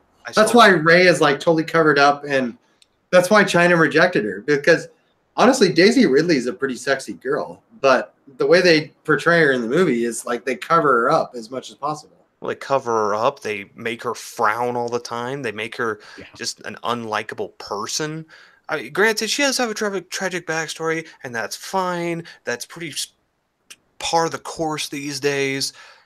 But give her some redeeming qualities, for the love of God. I look at her and I don't think, yeah, that's a hero. I think, God damn it. I don't know who's more emo, her or Kylo Ren. Well, have you noticed we haven't seen any Twi'leks in the new movies either? Oh, they would never allow the Twi'leks or Twi'leks, whatever they're called, to be in the movie, because the Twi'leks are almost always sexy in the movies. Mm-hmm. And you know what? Yeah. That's fine. That's the staple of Star Wars, is the freaking sexy Twi'leks. And that's cool. I mean, granted, they were never like a big focus, except for that one who got eaten by the Rancor because she displeased Jabba, but you don't do that. But aside They're from an that, important part of the mythology, you know, because they're basically they're like the Orions in Star Trek, you know. They're this supposed slave race, but they get power from pretending to be subservient, you know. That was something that was explored in Star Trek, you know, all the Orion slave chicks are supposedly slave women, but ultimately they're always in control. They're usually political implants or whatever that has like been in, or some kind of like secret agent or something like that. Like, but Twi'leks are basically, yeah, like they're a very hedonistic race and they like being sexualized, and there's nothing wrong with that. There's certain populations of women. There's a big percentage of women actually that love being sexualized, that get joy from male attention, and we know them as strippers, or you know, or if you're lucky enough to marry one young, just a happy wife. That I was thinking about a husband that appreciates their body, you know, like that happens. But it occurs to me about the only thing that they haven't gotten their fingers into for reasons that I don't understand are comic books in a big way. Because if you look at those, they have. Well, they have, but I mean, if you look at the art for women, right, you're still seeing very scantily clad women with very large breasts, and you know, I mean, they haven't gone in there and said, no, you have to shut that down and completely cover them up in a burqa. Oh, they have though. They have. I haven't been paying much attention. I don't want to like tell you don't know what you're talking about at all, but no. Marvel has been totally like inundated with SJW bullshit. And are you talking about the comics that are already established, or the newer comic books where it's the newer heroes, like new heroes? Like, you got Riri, who's like the new Iron Man, and you got feminist Thor, and I think he means like the established, like Thor, just normal Thor, or not a thing anymore right now though. Like when I think about the comic books, I mean, I'm thinking about like Wonder Woman, Power Girl, you know, who have in the costumes just costumes that are, you know, A, impossible to use in real life, and B, just totally revealing. And I guess I think lacking those yet. Probably they will. Those are DC properties, though, so yeah, that makes a lot of sense because DC has kept a lot of its integrity, at least in terms of there's such a juxtaposition because like the Marvel movies are a success, but the Marvel comics are tanking. But DC comics have been doing really well, but the DC movies suck shit. So it's an interesting cultural dynamic that is happening right now in that universe. But Marvel comics have shit the bed. They're completely SJW inundated, and that's why they're selling 5,000 comics a month, which is pathetic. Yeah, apparently they haven't figured out that whole profit motive thing yet, you know? Yeah, you know, crazy how social engineering doesn't translate to more money. Yeah. All right, let's continue with the movie.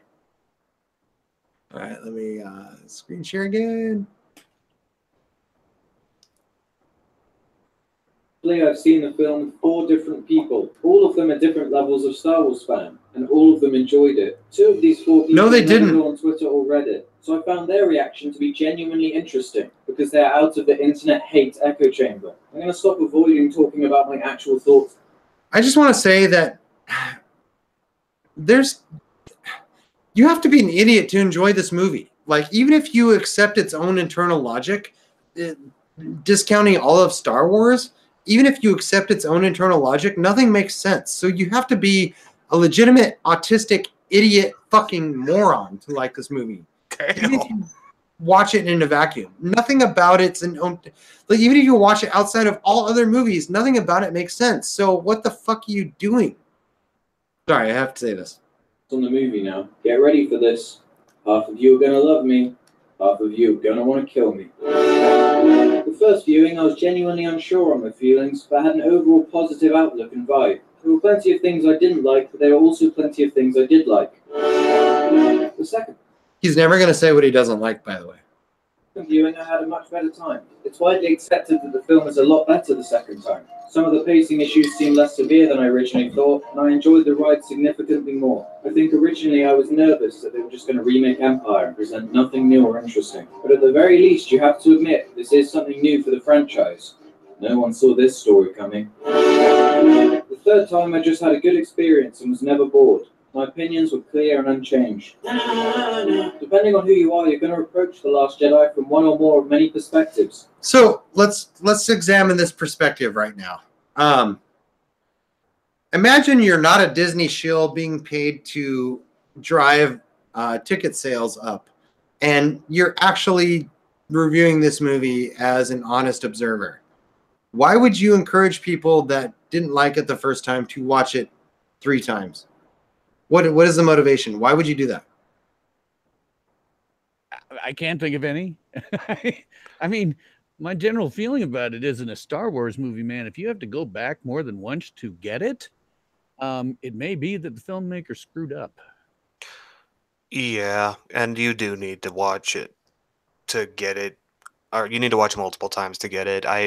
There's still some things. I mean, if it wasn't for the Jedi Awakens or the Force Awakens, I would not have understood a lot of Rey's character from or The Last Jedi. I wouldn't understand Rey from The Force Awakens, because I don't know if they're just bad at storytelling or what. Let's but talk about Rey for a second, though. Like, what do we know about her?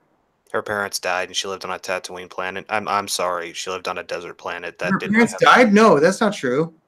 Her parents abandoned her. Her parents are nobodies, drunks, according to Kylo Ren. But we're supposed to also think that maybe there's someone important that abandoned her, because in Episode 7, she was shown as a kid seeing them fly away on a spaceship. Well, I think what happened there was in that particular case, nobody had any plan for the trilogy. So you threw a movie to J.J. Abrams and said, here you go, buddy, do whatever you want. And so he set up these various things, because it sure looked like her parents were going to be somebody. It looked like maybe Han even knew who they were. And then they'd said, okay, thanks, JJ. Here, Ryan, you go and do whatever you want. And so he said, okay, I got these threads here. I'll take them and put them over there. And now they're bringing J.J. Abrams back, and he's going to have to take those threads and turn it into something else. So they just didn't have a plan. And that's completely true. You're absolutely right. But assuming from an audience member's situation, like, that actually cares about the storyline and is following along, what sense can they make of this? They can't, right? There's no through line. There's no way to connect A to B. On point of fact on this one, I have seen it 4 times. And that's because I saw it once in the theater, and I knew I was reviewing it, and I know I have to watch it a second time, but I didn't want to go to a theater. So I caught a screener on a much smaller screen 4 times. I mean, 3 other times, and it didn't help. It didn't help at all. I was hoping maybe the smaller screen would do it, but no, that wasn't it. It's just a lot happening, too much happening. Yeah, I was kind of the opposite. I saw a ripped copy after reading the spoilers, so I knew all the bullshit that I was prepared for, and I saw it, and I'm like, oh, this is just as dumb as I thought it would be. And then my boss took me to it in the theater. I didn't pay for it. He paid for it. And I'm like, okay, cool. I'll go see it. At least I'm on the clock. And I watched it, and I'm like, oh, this is even worse than I imagined. Like, I thought I was ready for all the bad things about this movie. But watching it in the big screen and all its full glory, I'm like, holy shit, this is really stupid. This is really insulting. This is terrible. Nothing about this works. Like right down to Snoke's throne room. Yeah. I think it's a sex dungeon. Just call it a fucking sex dungeon. Yeah, I'm like, what it is. Red background, like with fucking weird guards in the background. I'm watching this on the robe. Like, don't forget the robe. Yeah, I'm like, this looks like low budget community cable access fucking quality. Like, this is what you do when you don't have a budget. Why am I watching this? Anyway, I hated it.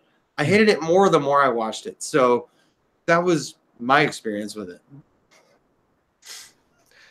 Yeah, I got nothing to add. It was. So I think all these reviewers that say watch it 2 or 3 times, I have to think they're on Disney payroll because they're just trying to drive up ticket sales. There's no legitimate human being that would watch this movie and say, "Oh, you know what? I hated it, but I'm going to go back and pay another $14 to watch it again because I hated it so much because I want to like it." Like no one does that. No one does that unless they're being paid. This is not 2001. This is not, War and Peace.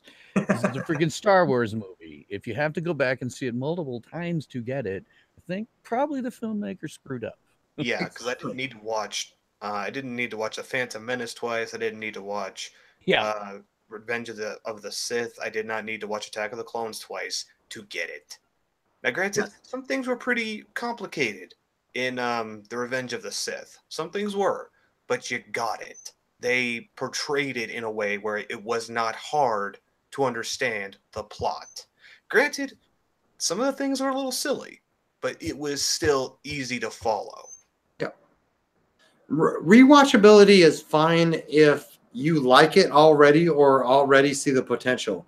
But I'm not going to watch a fucking shit-ass movie that I fucking hated the experience of watching and go, "Oh, you know what? I'm going to give it another chance." Like, I'm not going to do that. I'm not going to do that. I will never watch the first Transformers movie again. I saw it in the theater once, and I decided this franchise is bullshit. I will never watch another incarnation of it because it's bullshit. I gave it a chance, and I'm done. As an adult, I'm making this decision because I am perfectly capable of deciding what is bullshit and what is not. That doesn't make me closed-minded. It makes me a discerning individual because I'm a grown-up. So when I watch this movie once and people tell me I'm closed-minded for not watching it 2 or 3 times to get the fucking message, I want to punch them in the fucking mouth. Like what is my time worth to you? Like I have a finite amount of time of life to me, and I'm going to invest that time productively. If I don't like something, I'm not going to not like something a second time to convince myself I like it. It's not going to happen. Yeah. No, it's I think maybe partly too that people are used to just going back and like watching stuff over and over on video. And even if it's not that great, it's on in the background, and that sort of maybe bleeding over into movies a little bit where people are going, well, it was big and had lots of cool effects. Maybe if I go watch it a second or third time, I know. Oh, the effects I'll like it more. I don't know. Well, whenever I compare the effects, like the effects from the original 3 versus the 2 that are out now for the Neo trilogy, the Neo trilogy's got it beat. Hands down, the effects from this one are superior on every account. But that's progress. That's time passing and things getting better. And it's hard. It's not fair. It's really not fair to compare the two. The visual effects arguments I gave up in 1984 when people were. I was one of those people that was against the Next Generation when it came out, and all my friends were like, "Oh, the special effects are more believable from 1984." Like, and I'm like, "No, it doesn't matter. You got to tell a story." And you compare the first season of the Next Generation against the body of work from the original series, I had a lot of solid ground for my argument. I'm like, you know what? I don't give a fuck if your visual effects are great. Your stories suck shit. And then once the Next Generation season 3 came around, I was actually won over because they finally found their ground and I became a fan.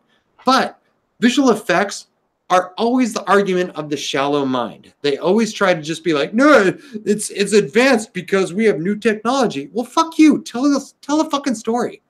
Tell a fucking story that invests me. Make me feel something. Make me feel excited. Make me cry. Make me laugh. Do something with me, with my time. I'm giving you my investment in your story, and I want to be invested. I want to love it. Don't fucking tell me I'm an asshole for caring. Yeah, but that's. Oh, sorry. Go ahead, Bill. Go ahead, Bill. Oh, I was just knowing if it's me being old, But I'm sitting here trying to think about the last time I actually enjoyed a movie. You know, I mean, there's some I've gone to that I go, oh, okay, cool special effects. But I mean, in terms of going to a movie and going, wow, that was great. I want to go to it again. I want to go again. I don't remember when the last time I did that was. Yeah, it doesn't happen often much these days, right? You know, I think the last time it happened for me was probably District 9. Or even Arrival to an extent. Arrival was really good. I think Arrival was probably the closest I'll ever get to a Star Trek storyline with a big budget. Well, the thing with I think that's true, yeah. The thing with District 9 was it was original. At least I think. I haven't seen anything like it where aliens come in and they're marginalized into a ghetto type scenario. It's not a big war between men and aliens. There's no conquering. It's just, oh great, now you're here. Fuck you. Go in the desert. Well, yeah, humans are the bad guys because of our prejudices and racism, and I like that. I think that's a fantastic sci-fi theme. Yeah, and that's one of the few times I'll give social commentary its due credit, because I think that if that did happen to humanity, that is the response we would give, is we would kind of, isolate them away from us. Now, granted, I'm pretty sure some of them would come in and try to integrate and there would be communication, but for the most part, we would, try to segregate ourselves. And, I'm not sure if I see that as a bad thing, because, I mean, that guy got something happened to him and he became one of those aliens. So, I mean, was it really a wrong thing to segregate the two? I mean, it did make me think. That movie did make me think. And that's what I like movies to do. Last Jedi and a lot of the movies now, they don't. I can see everything coming a mile away. Damn it, I can damn near predict the climax move for move. But nothing surprises me. Nothing makes me think. Nothing makes me feel. I don't watch too many movies. But I don't know if that's a problem with movies in and of themselves just being so repetitious, so overdone with the same plot and formula, or if it's just my over cynicism. Because granted, I don't call myself the psychological cynic for nothing. Well, here's the thing. Here's the trap that the studios want us to fall into, is blaming ourselves for having high expectations. Like that is the mantra that they are having, and it's the ultimate out for them. Like, have you noticed what they're doing with the Black Panther movie right now? Already, they're saying alt-right people are planning to tank the Rotten Tomatoes, rating of Black Panther, blah, blah, blah, because they hate black people in movies. Like, it's this ultimate trump card that says you can't criticize our work because of politics. And or if it tanks, it's not our fault. It's the fault of the alt-right or whomever. Yes. And I'm not sure. I won't buy that for one simple thing. And I think that's because Black Panther would be the alt-right's movie. It's just people instead. I agree with that, and I think that's going to be the ultimate thing that ends the SJW bullshit. And I think that was probably done by design, by Kevin Feige, because I think Kevin Feige is, in a way, our guy. And I'm sure you guys all know what I mean by that, because he's not an SJW. He's just interested in telling a good story. And he's done so far. Some of the shit has gone stale, and I'll admit to being, fatigued by Marvel cape shit. But I'm, at the same time, they've never really betrayed their fan base. They've actually done everything they can to please their fan base, which I respect. As a Star Trek fan, as a casual Star Wars observer, I can see, how when a fan base is respected and when a fan base is been told to fuck off. Yeah. And a fan base has been respected in terms of Marvel. And that's why it's been successful. Yep. Yes, sir. All right, good. I'm glad we all agree. Let's move on. From one of those perspectives, The Last Jedi are evil. These include people who are a Star Wars fan, a fan of movies in general, or just someone who is indifferent and wants to know what all the fuss is about. I'd like to think people who genuinely hate Star Wars wouldn't waste their time going to see it, but I'm sure there are a few of them who like wasting their money, just so they feel like they have a right to complain about it. I, of course, fall in line with being a fan of... What do you think the percentage of people like that are? Like, who pays to watch a Star Wars movie just to hate it so they can tell their friends that they hated it? Infinitesimal. And by the way, I can tell you guys, if you really want to watch a Star Wars movie without having to pay it in case you're going to hate it and you want to see it, you can do it. Oh, yeah. It ain't complex. It's like I said, the first time I watched The Last Jedi, it was a cam rip online. Yeah. And then my boss took me to see it in theater, and it was even worse. So yeah, like you can see it. Yeah, I mean, it's not I saw that one in the theater because I wanted to see it in the theater, and generally speaking, I watch screeners before anything else because I don't want to blow my money, for something I'm going to hate. If I like it, I'll go and blow money on it, but most of the time I hate them. So, yeah. And I think the last movie I enjoyed in the wants to watch Star Wars to hate it can do that. Yeah, who does that? Like all the detractor or all the defenders of this movie just say, "Oh, people just watch it to hate it," and I'm like, who does that? Yeah. No one does that. No one actually actively enters into a situation going, "I want to hate this." Like no matter how cynical you are, you'll enter into the situation going, "I hope I like this." I probably won't. But that would probably be a more objective representation of the audience. Well, I've been screwed for the last 5 movies. So yeah, exactly. I hope I like this one. I hope I like this one, or I hope the fucking writer and director doesn't actively shit on me for giving a shit. Now, that would be nice.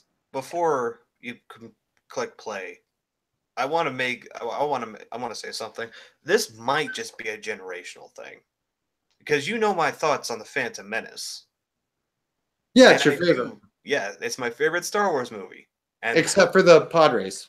Except for the pod race, yeah, that was fucking stupid. And Jar Jar Binks. I'm just trying to give you credibility here. I know. But I liked the other new trilogy. I liked all of those movies. So I'm not sure if this might just be a generational thing where well, I mean, for me, the thing about the prequel trilogy was largely about the general story arc, and my criticisms would be just that Anakin did not have sort of this good guy and then slide into a bad guy thing. It was more like he kind of sucked right from the start. Mm-hmm. And I would have done that differently. And the other real thing that I would have done differently is sometimes there was too much going on the screen, just from a technical perspective. If those things had been changed, I think it could have been very interesting movies. And like you say, they showed some stuff that was different. Coruscant, a giant planet city, is rather cool. Yeah, that was one of my favorites. Some of the other stuff for me was kind of like, Well, and Dax, you and I talked about this before, but I'm going to repeat it now. But I think if you just taken the story of Revenge of the Sith, Episode 3, and stretched that out into a trilogy, you could have had something really good, because you would have had a mature Anakin who could have realistically been a hero, and we could have chronicled his descent into darkness somehow in a more realistic and less rushed way. It could have been a really captivating story. Unfortunately, Lucas needed to see it. I don't know, Anakin as a kid, because we need a mop top kid and fart jokes and bullshit. And I don't know, it was such a squandered opportunity. So I'm not a Lucas apologist by any means, but I do understand that at least now that I've seen what Disney's done with Star Wars, at least he had ideas, for God's sake, instead of just... He had a plan. He had a vision. Mm-hmm. Like it or not, he had them, and he executed them. As yes. opposed to this, which is like, do something for us, JJ. Do something for us, Johnson. Yeah, and he just puked in a fucking script, and they made that into a movie. Yeah. And then Rian Johnson was handed that puke, and Rian Johnson puked on it some more, and now we're just left with a big pile of puke. Well, no, I'm saying this because I do want to be fair here. I do want to be fair that there is some consideration for We're not just hating on Star Wars. And, you know, all the new movies suck. All the new movies suck because they're not the original trilogy.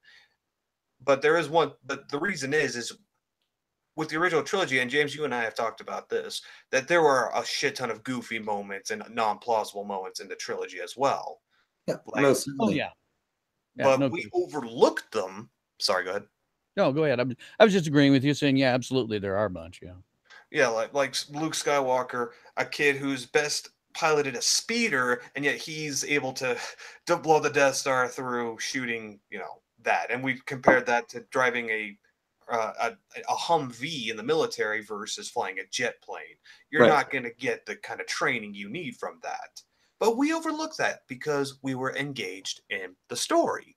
And the story actually set up that the Force could help him. He had natural skills, but the Force refined them to the point where it accomplished the goal to complete a near impossible task.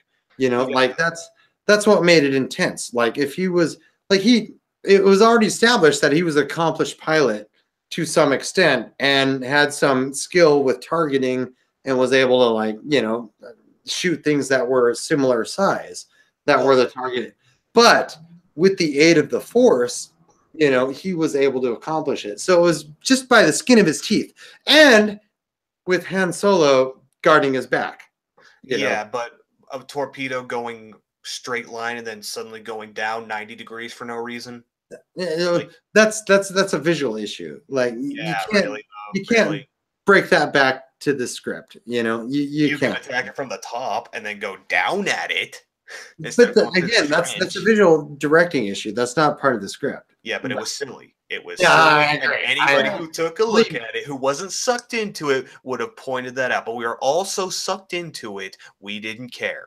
And that's what those movies did that the other ones didn't. If the fucking Last Jedi bombers can have magnet bombs, then the fucking proton torpedoes can have magnets. Wow. Torpedoes are a fantastic Mexican dish.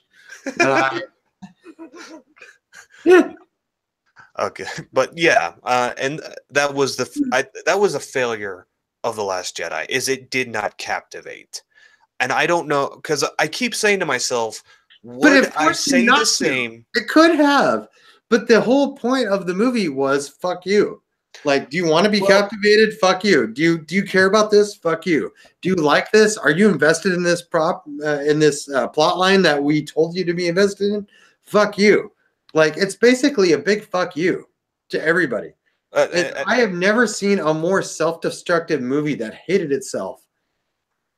No, I know, but by the same token, I'm also trying to be fair in that if I were to do this in one of the other movies, would I, accept it in the other movies? And a lot of the silly shit was overlooked. But why was it overlooked? And that's why. Because A, you still had interesting characters. Something these new movies do not bring us. Even the new prequels. The prequels could have been really interesting.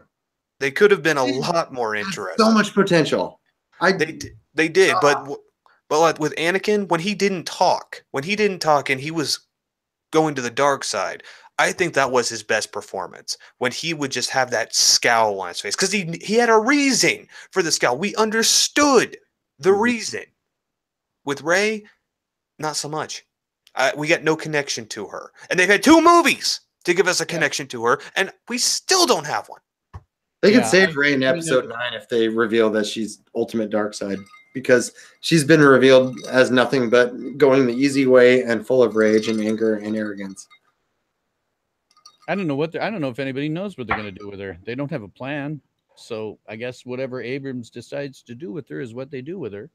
Abrams, our expectations are in your hands. Please, God, don't let me down, because I'm going to watch the new movie. I'm already telling you right now I am, with no expectations but hope. This is going to be the first time Abrams has ever had to close a storyline. He's never done that before in the history of his career. Oh, Jesus Christ, help us all. He's never done it.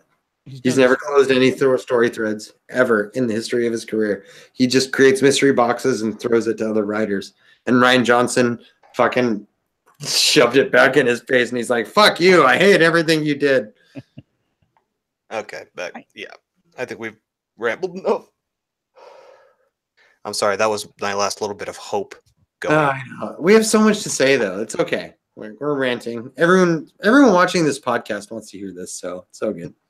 They don't want to hear us talking about YMS so much. Fuck those guys. Anyway. Movies first, and a fan of Star Wars secondly. I think this perspective is important because I feel like I, and many others, are looking at this movie in a totally different lens to a lot of other people. Mostly the self-proclaimed true. Notice how he just puts himself up on a pedestal. I'm not looking at this like you do. I'm not a loser fanboy in my fucking mama's basement that's all fat and gross and sweaty and nasty like you. Star Wars fans. If you are a true Star Wars fan, you'd hate what this movie did. I see so many comments exclaim, I guess it is true that no one quite hates Star Wars as much as Star Wars fans. Okay, I need to talk about this quote for a second because I've heard this said about Star Trek fans. Actually, you guys go ahead. I need to go to the restroom real quick. And maybe Bill, you've heard this too. When Star Trek Discovery came out, did you ever hear that no one hates Star Trek as much as Star Trek fans? Yes and no. What I started hearing with Discovery more than anything else was a little bit different, but I've probably heard that more with Star Wars than anything else. But I don't know. We've never hit something with this that's so divisive. I mean, with Star Wars, it's just the Last Jedi. Either you love it or you hate it. And then what I started seeing with Discovery was people saying, oh, you're just an old man, and so you don't like it. And I had to actually agree with them, actually. I'd come to this conclusion a while back myself. I'm no longer the target market for Star Trek. I haven't been for 25 years now. Because I'm not the guy... Bill, don't let him win, man. Not to buy all the stuff. Don't let him win. Aiming Star Trek at me anymore. And that's why it looks very different. And that's why Star Trek Discovery fans are gonna fucking buy models, man. They're not gonna fucking do this, man. No one's gonna buy Star Trek Discovery model kits. No one's going to do it. What they're hoping for, though, and I think they like a guy like me. I'm pushing 55 now. Don't let them win, man. Like they're not. I have the memorabilia that I'm gonna have. Yeah. I know, man. But I mean, to say that Star Trek isn't for you anymore. Well, that's. I think that seemed clear to me from the pre-production. When they just said, screw you.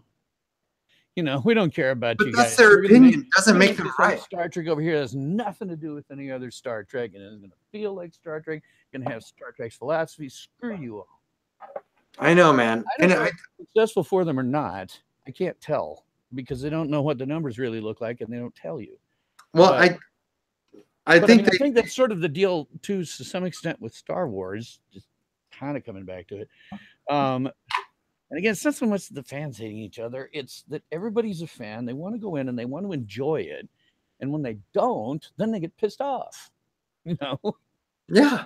And that's us, man. That's you and me. Yeah. Like we're the people that understand the joy that these franchises can give us. And when they throw basically fucking just garbage rice cake versions of shit, and just like, oh, we're going to slap the logo on it, but it has nothing to do with anything that you recognize. It's a problem. Yeah, no, I totally agree. And again, I don't know. I can't tell whether CBS has shot themselves in the foot with this approach. Excuse me. Or I think not. they have. And I think they're doubling down. I hope that will work for them. I hope very much that you're right. It's impossible for me to tell because I can't see what their numbers are. They don't publish those. Well, so many of these apologists, they keep saying like the first generation or the first season of Star Trek: The Next Generation wasn't great, or the first season of Deep Space Nine wasn't that great, or whatever. Like, so just stick with it and it'll pick up. But the thing is that's not true. Like I was alive. I was actively involved in the Star Trek community when Star Trek: The Next Generation was new. Sure, and everyone wanted it. I was part of the very vocal minority that was like, I don't know. Like, it was a very vocal minority. I remember at the time, I was like in 8th grade, like 14 years old, and no one was on my side. Everyone wanted Star Trek: The Next Generation to work. So anyone that goes back and says, "Oh, the people didn't like Star Trek: The Next Generation its first season, so there, and it eventually ended up being good, so therefore Star Trek Discovery will be good," is full of shit because they weren't there. They don't even know what the fuck they're talking about. Much so. Yeah, but everyone, yeah, everyone at the time that TNG came out was bashing on the 60s show. They're like, "Fuck TOS. Fuck Captain Kirk. Like, it's time to move on." Like, it was very similar to what we're experiencing now. Like, that was the marketing. They were like, "No, we're going to do it with modern day special effects and modern day sensibilities, and we're not going to be misogynist, and we're not going to be racist like those fucking assholes were in 1966." Like, all that shit was happening in 1984 or 85 or whenever it fucking came out. Like, all that shit came out. Like, and I just remember looking at the ship and going, "Ooh, I don't like that. I'm open to the idea, but I hate that fucking ship." And that was my only on something that I dislike as well. But, yeah, and to this day, the Enterprise D is still an ugly ship. I don't give a fuck. Makes me think of a duck. But it's this retconning, you know, these new wave males that come in and pretend to own these sci-fi properties, going, "Oh, it's just the next generation of the new, you know, wave of things, because in the past everyone hated them the same way as before." And it's like, no, we didn't actually. Like, no, we didn't. We didn't. Like, Star Trek. I don't necessarily what to make it of all of it, aside from just sort of seeing this pattern. Where I'm sure you see the same thing, where we sort of have, you know, one generation will do one level of thing, raise their kids, and then they get worse. Mm-hmm. You know, it's I've seen the evolution of this whole social justice warrior phenomenon. It's been going on since I was a kid, but it's evolved upwards to where we have insanity now, just outright craziness. And I think you say the similar thing when you get to movies. Let me see if I can put this into words. Well, the social justice warrior phenomenon is all about, like, saying, is trying to find worth within your own worldview. Like, we've already solved the equality issues. We did that long ago in the 60s. And most of us in this hangout have grown up in an era of absolute equity and equality, where everyone had an equality of you know, opportunity, and we were taught not to be racist or homophobic or whatever. And so when we entered in this new generation in the 2000s, where all of a sudden everyone is suddenly homophobic and racist again, when we thought that was already dealt with, like, where'd this come from? And then for some reason we all pretended this was a thing. Like, yeah, if people have gotten racist, homophobic, see, to me it seemed like it peaked in the early 70s, you know, in terms of getting much better after that. Because up until the early 70s, I remember, man, in grade school, we used to call this black guy the N-word all the time. And that wasn't unusual. So there was this point at which we said, hey, you know what? That's freaking racist. We should cut that out. And everything got quite a lot better. Yeah. And it's only fairly recently with this current generation that they've decided that we've been racist all this time. Well, in the 80s, none of that would have been accepted. If I had said the N-word to anyone, I would have been in detention and all that shit. Like, but it never happened because it never entered into my head to call a black person the N-word. Because at that point, never would now either. At that point, I'd already been told that, like, skin color doesn't fucking matter, and it's just all about being who you are, you know. All right, I'm sorry. Saying the word nigger unacceptable. I don't get that. These kind of words have power because people give them power. Agreed with you, but I'm not going to die on that fucking hill. I'm not going to die on that hill. Like, I've done it before, and I proved my point with it, that you're giving a word like that power. And if you're going to let it control you, because that's what that is, you're letting that word control you, then I see no reason as to why it should not be diluted to the point where you don't care. I absolutely agree with you. And you know who should agree with you more than us is black people. They should absolutely agree to fucking power that entire fucking word. Like, just let it mean nothing. Let it mean nothing. That would actually empowerment. I think we were headed that way. I really do. We were in the 80s until well, even from the late 60s on into the 80s. I think we were headed that way because man, again, you have to remember, there's a great episode of Dragnet out there. It's the first one for the 1960s series, where Friday is sitting there with the black detective, and they're grilling the suspect, and the suspect calls the detective a nigger. And then Friday just loses it. And the last thing he says is, now, if he's good enough for the department, he's good enough for you. So you have to, And at that time, when you said nigger to that guy, it was incredibly racist, but it didn't offend them the same way that it does now. We were on a track to have that word not be that meaningful anymore, and then went crazy. I don't know. Yeah. Well, no, it's weird because black people call each other nigga all the time. What's up, my nigga? What's going on, nigga? But make it nigger, and suddenly, oh my God, you've pretty much triggered them to the point where you could get them to do anything so long as it's destructive. And if I know that can send them into a tirade that could get them arrested, you've given me, if I look to do you harm, you've given me one of the ultimate tools to make you screw yourself over. Yeah. Well, one of the best lessons of the 80s was sticks and stones. Don't break my bones. Say whatever you want to me. It doesn't give a fuck. I don't give a fuck what you say to me. Your words mean nothing. Like, I will rise above it and be strong by virtue of my actions. And like race, sex, whatever, it doesn't matter.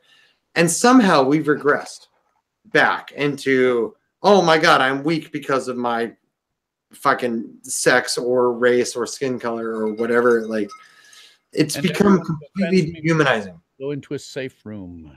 Mm-hmm. We see that in our pop culture now. Yeah. Which is weird because pop culture used to be all about being dangerous and shit. Now, granted, I didn't like that any more than being too overly sheltered because, they glorify thug culture. But if you talk to any of the rappers one-on-one, they're talking, oh, I want to get out of this, man. We all want to get out of this. But yet they glorify it in their music. It's like what's happened to nerd culture, right? Like it's not that nerds have become cool. It's that cool people have took what nerds liked and shoved them out and told them that they suck for liking what they like and co-opting it for their own purposes. And that's what we're seeing now with this whole political correctness fucking bullshit. Right. As exemplified by it into fandom when they took over. Yeah. Sorry guys, but I'm afraid I have to go. Thanks for having me on, dude. Sorry. Well, I'm sorry, man. Thank you. All right, thank you, sir. You guys have a good day. Thank you. All right, man. All right, later.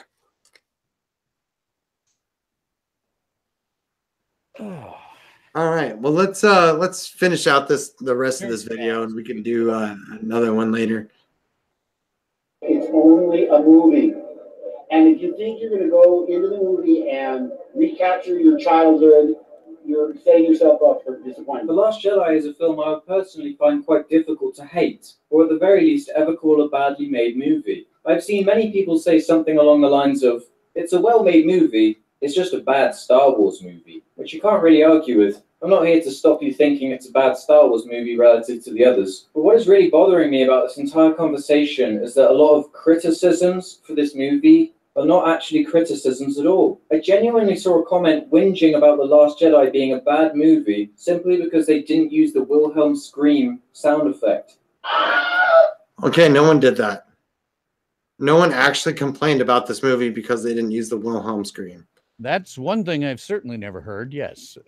Yeah. That really makes the film bad, doesn't it? Or that gravity wouldn't work the way it is depicted in the film in real life. I'm sorry, but if it genuinely annoys you that the scientific rules of space don't apply to a Star Wars movie, then that's kind of on you. Have you been paying attention to this? All right, so let's talk about that for a second. Okay. Tell you honestly, back in the day, we did sort of whine about the fact that like fighters couldn't do what they're doing. Back in the early 70s, we were coming out of largely a literary culture where science fiction was extremely hard science fiction when you played by the rules. And so when we first saw those, some of us were going, well, that can't really happen in real life. But then we're like, screw it, doesn't matter, it's fun. And the thing about this is you can't go, screw it, don't matter, it's fun, because it kind of isn't. Well, then, yeah, that's the thing. Like, it takes you out of the enjoyment. Yeah. Like this, as soon as you try to get invested in the excitement of the movie, it tells you, nope. Yeah, I agree. It punishes like you. You said, there's so much it pulls you out. And in my particular case, in the theater when I was watching it, I'm sitting there with these 3D glasses and everything's coming at me and stuff isn't making sense. And I'm seeing Luke drinking blue milk out of an alien. Oh. What the hell? It was just just so ridiculous. I was holding my face like this through most of the movie. I'm like, just like, what? Like, what is happening? Like, oh my God. Well, honestly, when I walked out, I did not know for sure what the hell I'd just seen. I mean, I know I'd seen something, but I wasn't sure what the hell it was. When the first time I saw it, I was like, well, things happened and some people did some things and there were battles and there were lightsabers in places. But what was the point? Like, there was no continuity to any of it. Franchise at all. None of it makes any sense, and that's entirely by design. Disappointed by lack of science, Star Wars. It might even be YouTube channels like mine, or more likely channels like CinemaSins, that have created this new standard and expectation for what film criticism actually is. Oh, how proud of you are. Like, you get to take credit for everyone that's negative against your chilling for this shitty, objectively bad movie. Good for you. Not YMS, IHE.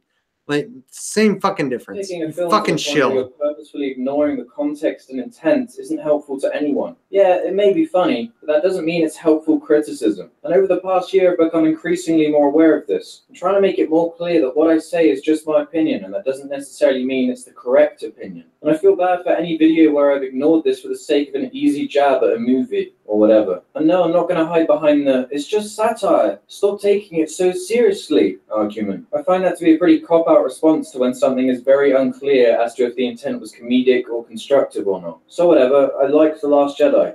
Get over it. But what do you like about it? What is there to like about this fucking movie?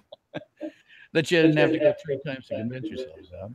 Oh my God, he had to go 3 times to the movie. So that means he spent what, like $50+? Like, because God knows, $12 per movie, like plus concessions. The film is visually stunning and creative. Production levels are off the charts. So, by the way, viewer, if you didn't like the movie the first time, just go spend another $12 to see it again, and you'll change your mind. And if that didn't convince you, spend another $12.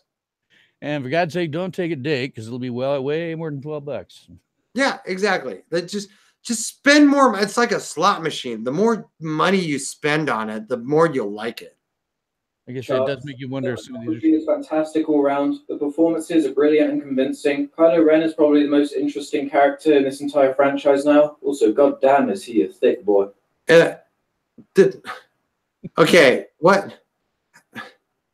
Let's talk about this for a second. Like, why is this acceptable, but Leia's slave costume is fucking sexist? Well, how is this a thing?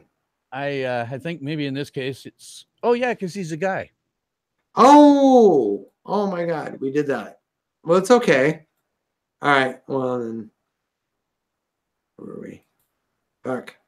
Might even be YouTube channels like mine, or more likely channels like CinemaSins, that have created. Let me tell you, the film is visually stunning and creative. Production levels are off the charts. The cinematography is fantastic all round. The performances are brilliant and convincing. Kylo Ren is probably the most interesting character in this entire franchise now. Also, goddamn, is he a thick boy. The action is thrilling. The camera work is flowing and well thought out, alongside some very clever editing at times. The score by John Williams is so perfect. There's a track. Okay, so his case at this point is flashing lights and cool music. This means a good music. This means a good movie. I think John Williams couldn't do anything with this. The last 2 Star Wars movies have been such a mess. He can't write decent cues for them. But But his whole argument is it looks good, it sounds good, so fuck you. Yeah. And his whole fucking channel is about I hate everything. Like why at this point when the monolith Disney empire like throws bullshit at you, like you're an apologist for it. Right towards the end of the movie called The Battle of Crate that juggles so many themes at once that I was wowed by that alone. I don't usually like praising special effects too much, but juggles what themes? The Battle of Crate judged what themes? Yeah. What themes? I don't know of any. If there are any, they're lost in the direction. Crate was the salt planet, right? Well, hey, it's twice as good as an ice planet. Imagine you're a foot soldier and you're in a trench and you're about to shoot. Do you like just grab some random soil next to you and taste it and be like, oh, is this salt or is it not salt? Well, we had to tell the audience, you know, because we couldn't get it any other way, so we had to exposiate. I couldn't believe that moment. Like when the movie literally stops for 5 fucking seconds to let the soldier like taste the salt and look at the camera and go, it's salt, not snow, you fucking moron. That wasn't apparent from the temperature. I'm like, I don't care. Like it was white. I wasn't concerned that it was snow. Like you can, that's one of those things that is perfectly fine to be explained in expanded universe. I didn't need a in movie explanation for it. Like it was fine the way it was. Yep. Bombastic computer generated imagery just isn't that impressive to me anymore. The effects work for the most part, but are 2 shots which I think are really dreadful in the casino. They're very tastefully achieved and obviously had a lot of care and thought put into them, with a lot of good use of practical puppets and animatronics alongside some great set design. I enjoyed the themes of learning through fun. Oh my god! Some characters are thrown to the side for the sake of chill some more. I think it's a message that even a lot of adults can learn from. But overall, there's a lot more to chew on compared to the previous Star Wars movies in that respect. I think the way the film culminates with the 3 different plot lines all coming together at once is extremely well executed and genuinely thrilling. What 3 plot lines?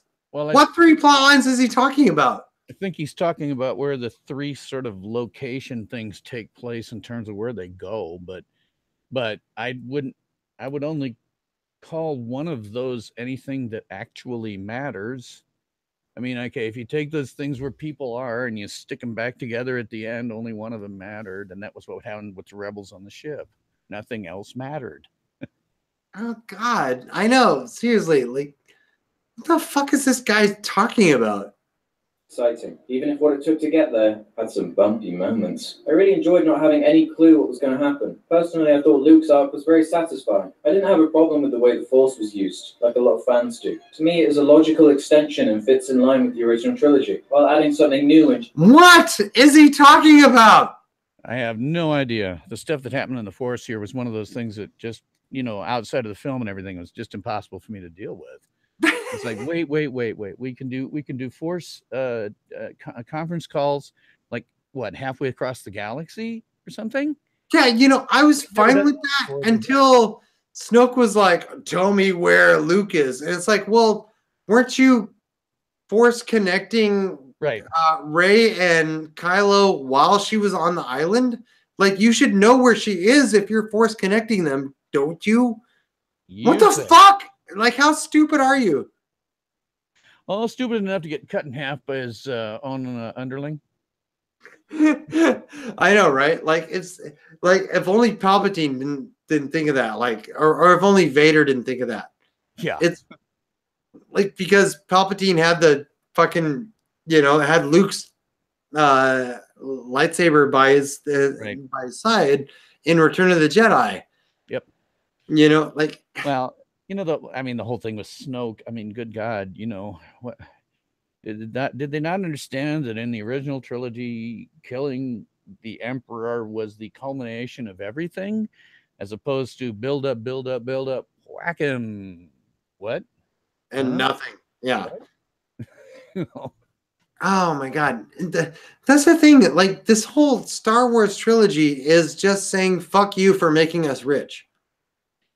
Like, that's the message. It's just really it's don't. like, oh, you like what we told you to care about? Well, fuck you. Yeah. You Well, like I said, I think that's in that particular case, it's what happens when you don't actually have a plan for your trilogy. When you just start throwing it at directors and say, here, have a movie. No, we don't have any plot points we need you to hit or anything. Because if you're doing it right, you'd say, okay, here's the overall arc.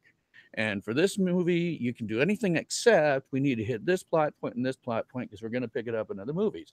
And if you don't have that, well, you get what this looks like, which is, okay, we'll have some things happen.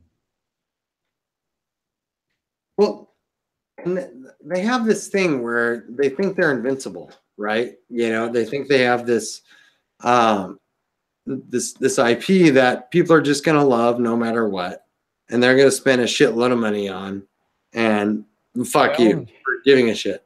Eventually, they're going to hit. They're going to hit their period where they've got where fans are not going to be that interested in more, long before the Marvel ones do.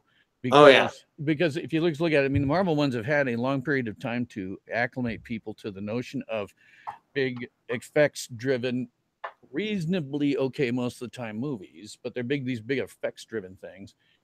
And so, now when we get to Star Wars, they're just like, okay, all right, we'll do big budget effects things, and maybe the stories will be good.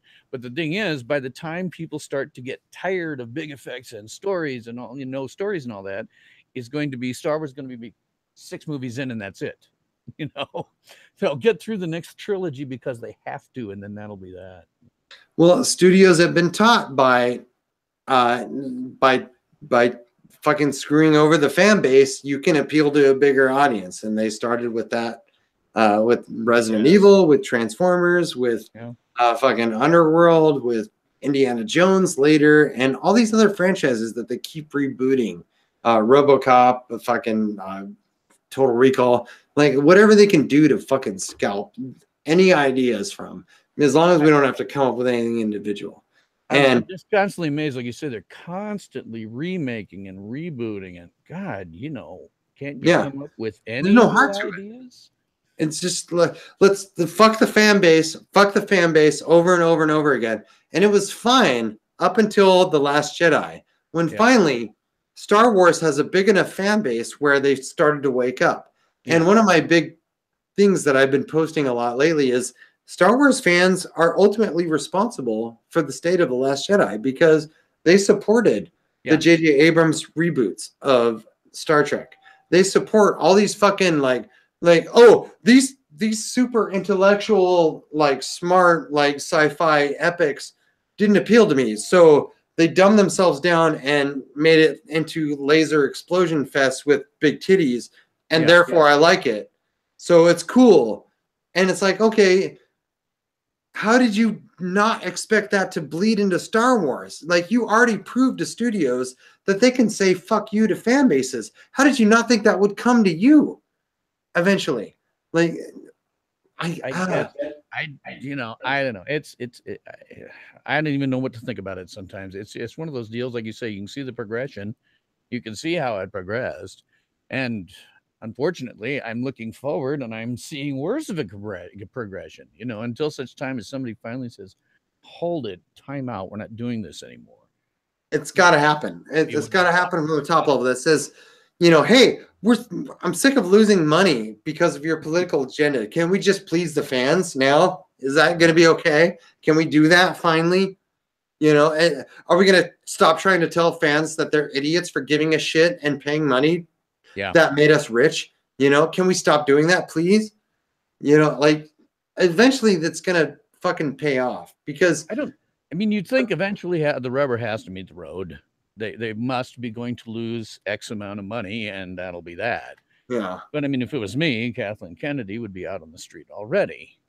Well, and to all of us, really, if everything's going to be merit-based, when it comes right down to it. But I'm still super bitter about Star Trek 2009 being generally accepted by the fan base, because so many people at the time were just like, I didn't like Star Trek, but I like this new movie.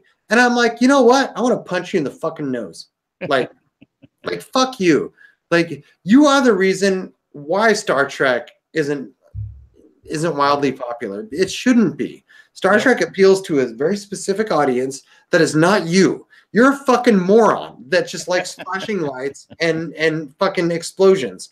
And I hate you. You're a Star Wars fan. You're one of these fucking plebes that just likes fucking freeze-dried fucking hamburgers and fuck off. Like, you're the lowest common denominator of humanity. Star Trek fans, we think about shit. Like, we are the reason why sci-fi is an institution, because it tackles all these headier notions. It's not about fucking space battles. It's about ideas and about where we can go as a society. And like, oh my God, this sucks, or this is a good idea, or whatever. And that's where the Orville has taken up the mantle. Because, you know, but I love Orville. I love the Orville. But the moment you take Star Trek and make it all about revenge and explosions and big ships fighting each other, then you've lost the essence of Star Trek. Then you become Star Wars level tier. And Star Wars is all about the brain dead idiots that like explosions. Yeah, the things that really, you know, differentiated Star Trek and Star Wars historically have always been, you know, some level of a bit headierness about the plots, and then this generally hopeful philosophy. And I shouldn't say Star Wars isn't hopeful. It's just that usually you have this arc where something bad happens somewhere along the way. And Star Trek, again, wasn't without it shows that it didn't have something bad happening, but in general, but it took risks. Some notion that we're going to get better, you know. Yeah. Well, Star Trek gets a lot of shit for taking risks, whereas Star Wars gets credit for taking risks. And the thing is, like, you're allowed to fail. It's okay. You can explore storylines that suck, but don't fucking laugh and mock the fans for giving a shit about shit that you told them to care about. And that's where this new Star Wars like trilogy fails, because they literally told us to care about shit. And then they told us we're idiots for caring about it. And all these pretentious idiots that are defending this fucking movie are just saying, oh, I'm better than the rest of you because I saw it ahead of time. And the only thing I can draw any kind of parallel to some of these people is when I saw Star Trek the motion picture for the first time. Now there's a terrible movie. You know, there's a lot in there that needs to be fixed and can't be. But, you know, it was the first Star Trek movie. And so the packed crowd that I went with, it was mostly Star Trek fans. We went back 3 times. And we were telling ourselves that this is great. This is wonderful. This is awesome. This is exactly what we wanted. And then 6 weeks, 2 months later, hey, wait a minute. That's actually kind of slow. That's actually a big cloud thing. Maybe I didn't want that so much. But I mean, Star Wars is a little different because we're getting these movies. We're going to have them regularly forever now, apparently, or until they start making money. So you don't have to go in and say, oh, that was wonderful. That was wonderful. Well, maybe it wasn't. You can say, nah, that sucked right off the bat. Let's get into that one next. No, and it's okay. I think Star Trek the Motion Picture is an objectively bad movie. There are things that I like about it. Yeah. And I will defend it as a fan. But anyone that doesn't like it, I'm like, you're totally entitled to not like it, because there's a lot of things to not like about it. It's totally fine. It was a big misstep. There's things I like about the movie quite a lot. You know, the model sitting behind you, for example, I think was a great thing that they did. You know, their however long model was a great model. I love that. And the soundtrack, you know, can't be beat.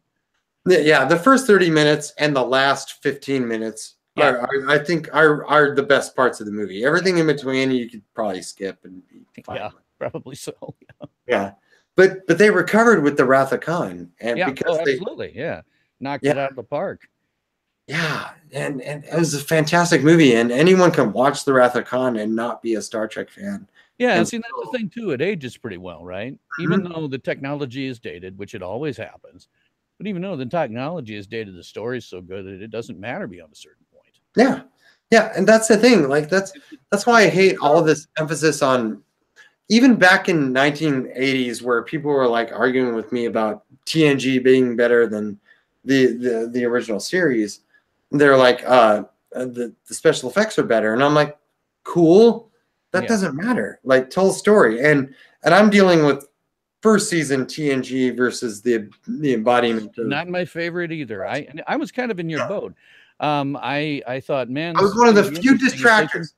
If yeah, people talk about lightning TNG not being culturally accepted, but I was the minority. Like everybody was ready for TNG. I was one of the very few people that was against it. No, like I say, I know what you're talking about. It's a similar boat. I was hearing about it and going, well, it could be good, but man, capturing lightning twice, that is a tough thing to do, you know. And then the first season and most of the second tended to suck, you know. Yeah. And yeah.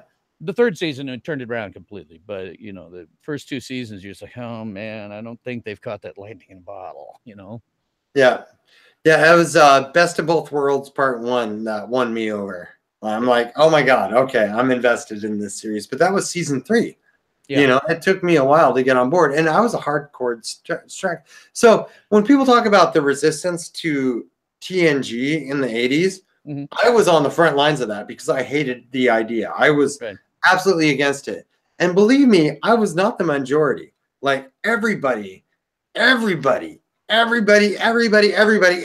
the universe was like, no, we need to move forward and do better special effects and move forward from the antiquated notions of the 60s and blah, blah, blah, blah.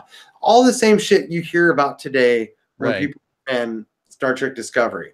Like, so they always draw these parallels. They're like, oh, no one liked TNG. And I'm like, you know what? Actually, the majority doesn't like Discovery. The minority didn't like TNG when it came out. So it's not a fair comparison at all. Like everybody was concerned about visual effects and production quality. And so when anyone like back in the 80s and 90s, when anyone ever like fucking criticized old Trek, it was always about, oh, the special effects sucked or the acting was terrible or whatever. Like very, very dated things. Sure. Not related to the storytelling. Well, so, again, gotten old enough now that I just go, it always dates. It always dates. What we think is cool right now, come back in 2 years, it look like crap. You know? Yeah, exactly. And full virtual reality theaters or individual personal virtual reality, and you know, we're watching movies or interacting with them. Hell, it's going to look dated and hokey. You know, that's just the way it is. And that's why special effects and visual effects are the least important factors. You get in any movie, as far as I'm concerned. From my perspective, one of the original series' best episodes, probably the best episode, City on the Edge of Forever. Not one, just one special effect, really, outside of you know, on the ship at the very beginning. One special effect in that whole show. Yeah. And the rest. I was telling my buddy the other day, if I ever introduce anyone to TOS, City on the Edge of Forever is the one I show them first. Well, I like to say that when it comes to Star Trek, the original series, the one that it will be remembered for is City. The one that they will be watching in film schools 200 years from now is going to be City. And they will watch it because this is one of those things that's gone on so long, it'll be in history. It's timeless. So they will be watching that one. They may watch a couple of others, but they'll for sure be watching City. You know? Well, the brilliance of it is it's not just a love story or a story of sacrifice. It's a story of hope for a better future or your understanding of someone from another time period understanding the better future and you endorsing that, you know, and you understanding that. Like there's so many layers in that story. That's where what was his name? Harlan Ellison, the writer. Harlan Ellison, yeah. Thank you. That's where he's such a genius story writer. Like he incorporates all these layers. It's not just a story about a man who has to see the woman he loves die. Right. It's a woman that actually could create a better future for humanity. Right. But she just showed up at the wrong time. Yeah, exactly. Yes. Like, oh my God, that is so genius. Like idealism isn't always the answer. Sometimes pragmatism, you know, is the answer. The Edith killer has to die. Yes. That's brilliant. And smart people watch that episode and they see that and they understand it. And then they understand what Star Trek means. Yeah, exactly. Yeah. That's very much a Star Trek story, period. You know, and like I said, I'm sure that it's the one future generations they'll be watching in film school because it will age probably a little better than a lot of them just because it doesn't have that tech in it. You know, oh yeah, in virtue of it being a period piece, it will probably age a little better because it's still approachable. You know, you can watch this and go engaged as opposed to being. Because I get it. My kids are old enough. They see this. They see the old special effects, and they are jarred out. You know, the way that you and I are about some of this stuff. They see the old special effects, they get jarred out. So, you know, having a one like that where you can say, well, look, no special effects. Go watch this. This is what Star Trek's all about. It's just a human story. Yeah. Yeah. McCoy goes insane from a drug overdose, and like we got to follow him and fix the mess he makes. And suddenly you fall in love and have to get back in time. Like it's all very organic. It's a very great, cool story. Like, and it's a great introduction to what Trek actually is. So that's whenever I introduce people to Trek, I never introduce them with like Charlie X, because that's a hard episode to watch. You know, like, let that be your last battlefield. No. No. Or bash you over the head with the message of this story, guys. Not going to introduce people with that episode. But you know, you can give them something like I've always said. You know, if you want to find a turd of Star Trek to show somebody that's not basically almost so bad as good, try Spock's Brain. You know, Spock's Brain is a fun episode. It's fun because it embraces the insanity of like whatever. Like, okay, let's do this. You know, it gets a brain. Bread and circuses too. It gets a bad rap, but it's actually like you could imagine crazy Q-like environment. You know, like just hedonistic god characters that like to use random travelers as their playthings. Like, why not? Yeah. But you got to warm people into it. You got to show them, Sitting on the Edge of Forever. You got to show them Amok Time. You got to show them, the fucking what was it? The word? Oh my god. Anyway, Mirror is always one. Mirror. Yes, that's one of the tech is dated, but still, you know, it's one of those. I think you can always tell people. Only good episode. You know all the mirror stuff they're doing right now in Discovery. They did it 50 years ago. Oh, by the way, if you look at Discovery, this whole mirror arc has stolen the story piecemeal. They just broke it up into longer segments, but it's exactly the same story. You know, it has different stakes and different people, but when you get down to just the basis of it, it's the same story. It's just told over like 4 episodes. Oh yeah, and if you go back, actually, that's the only good episodes of Enterprise. Like the way they connected the disappearance of the Defiant with their universe, that actually was a stroke of genius. It was I thought that was brilliant. Yeah, because it made that whole sort of predestination paradox thing that was kind of cool. So I love that shit. That was great. I wish the show didn't end because it just started to incorporate. It's like started in the 4th season and from there, that would have been all right. I think. Yeah.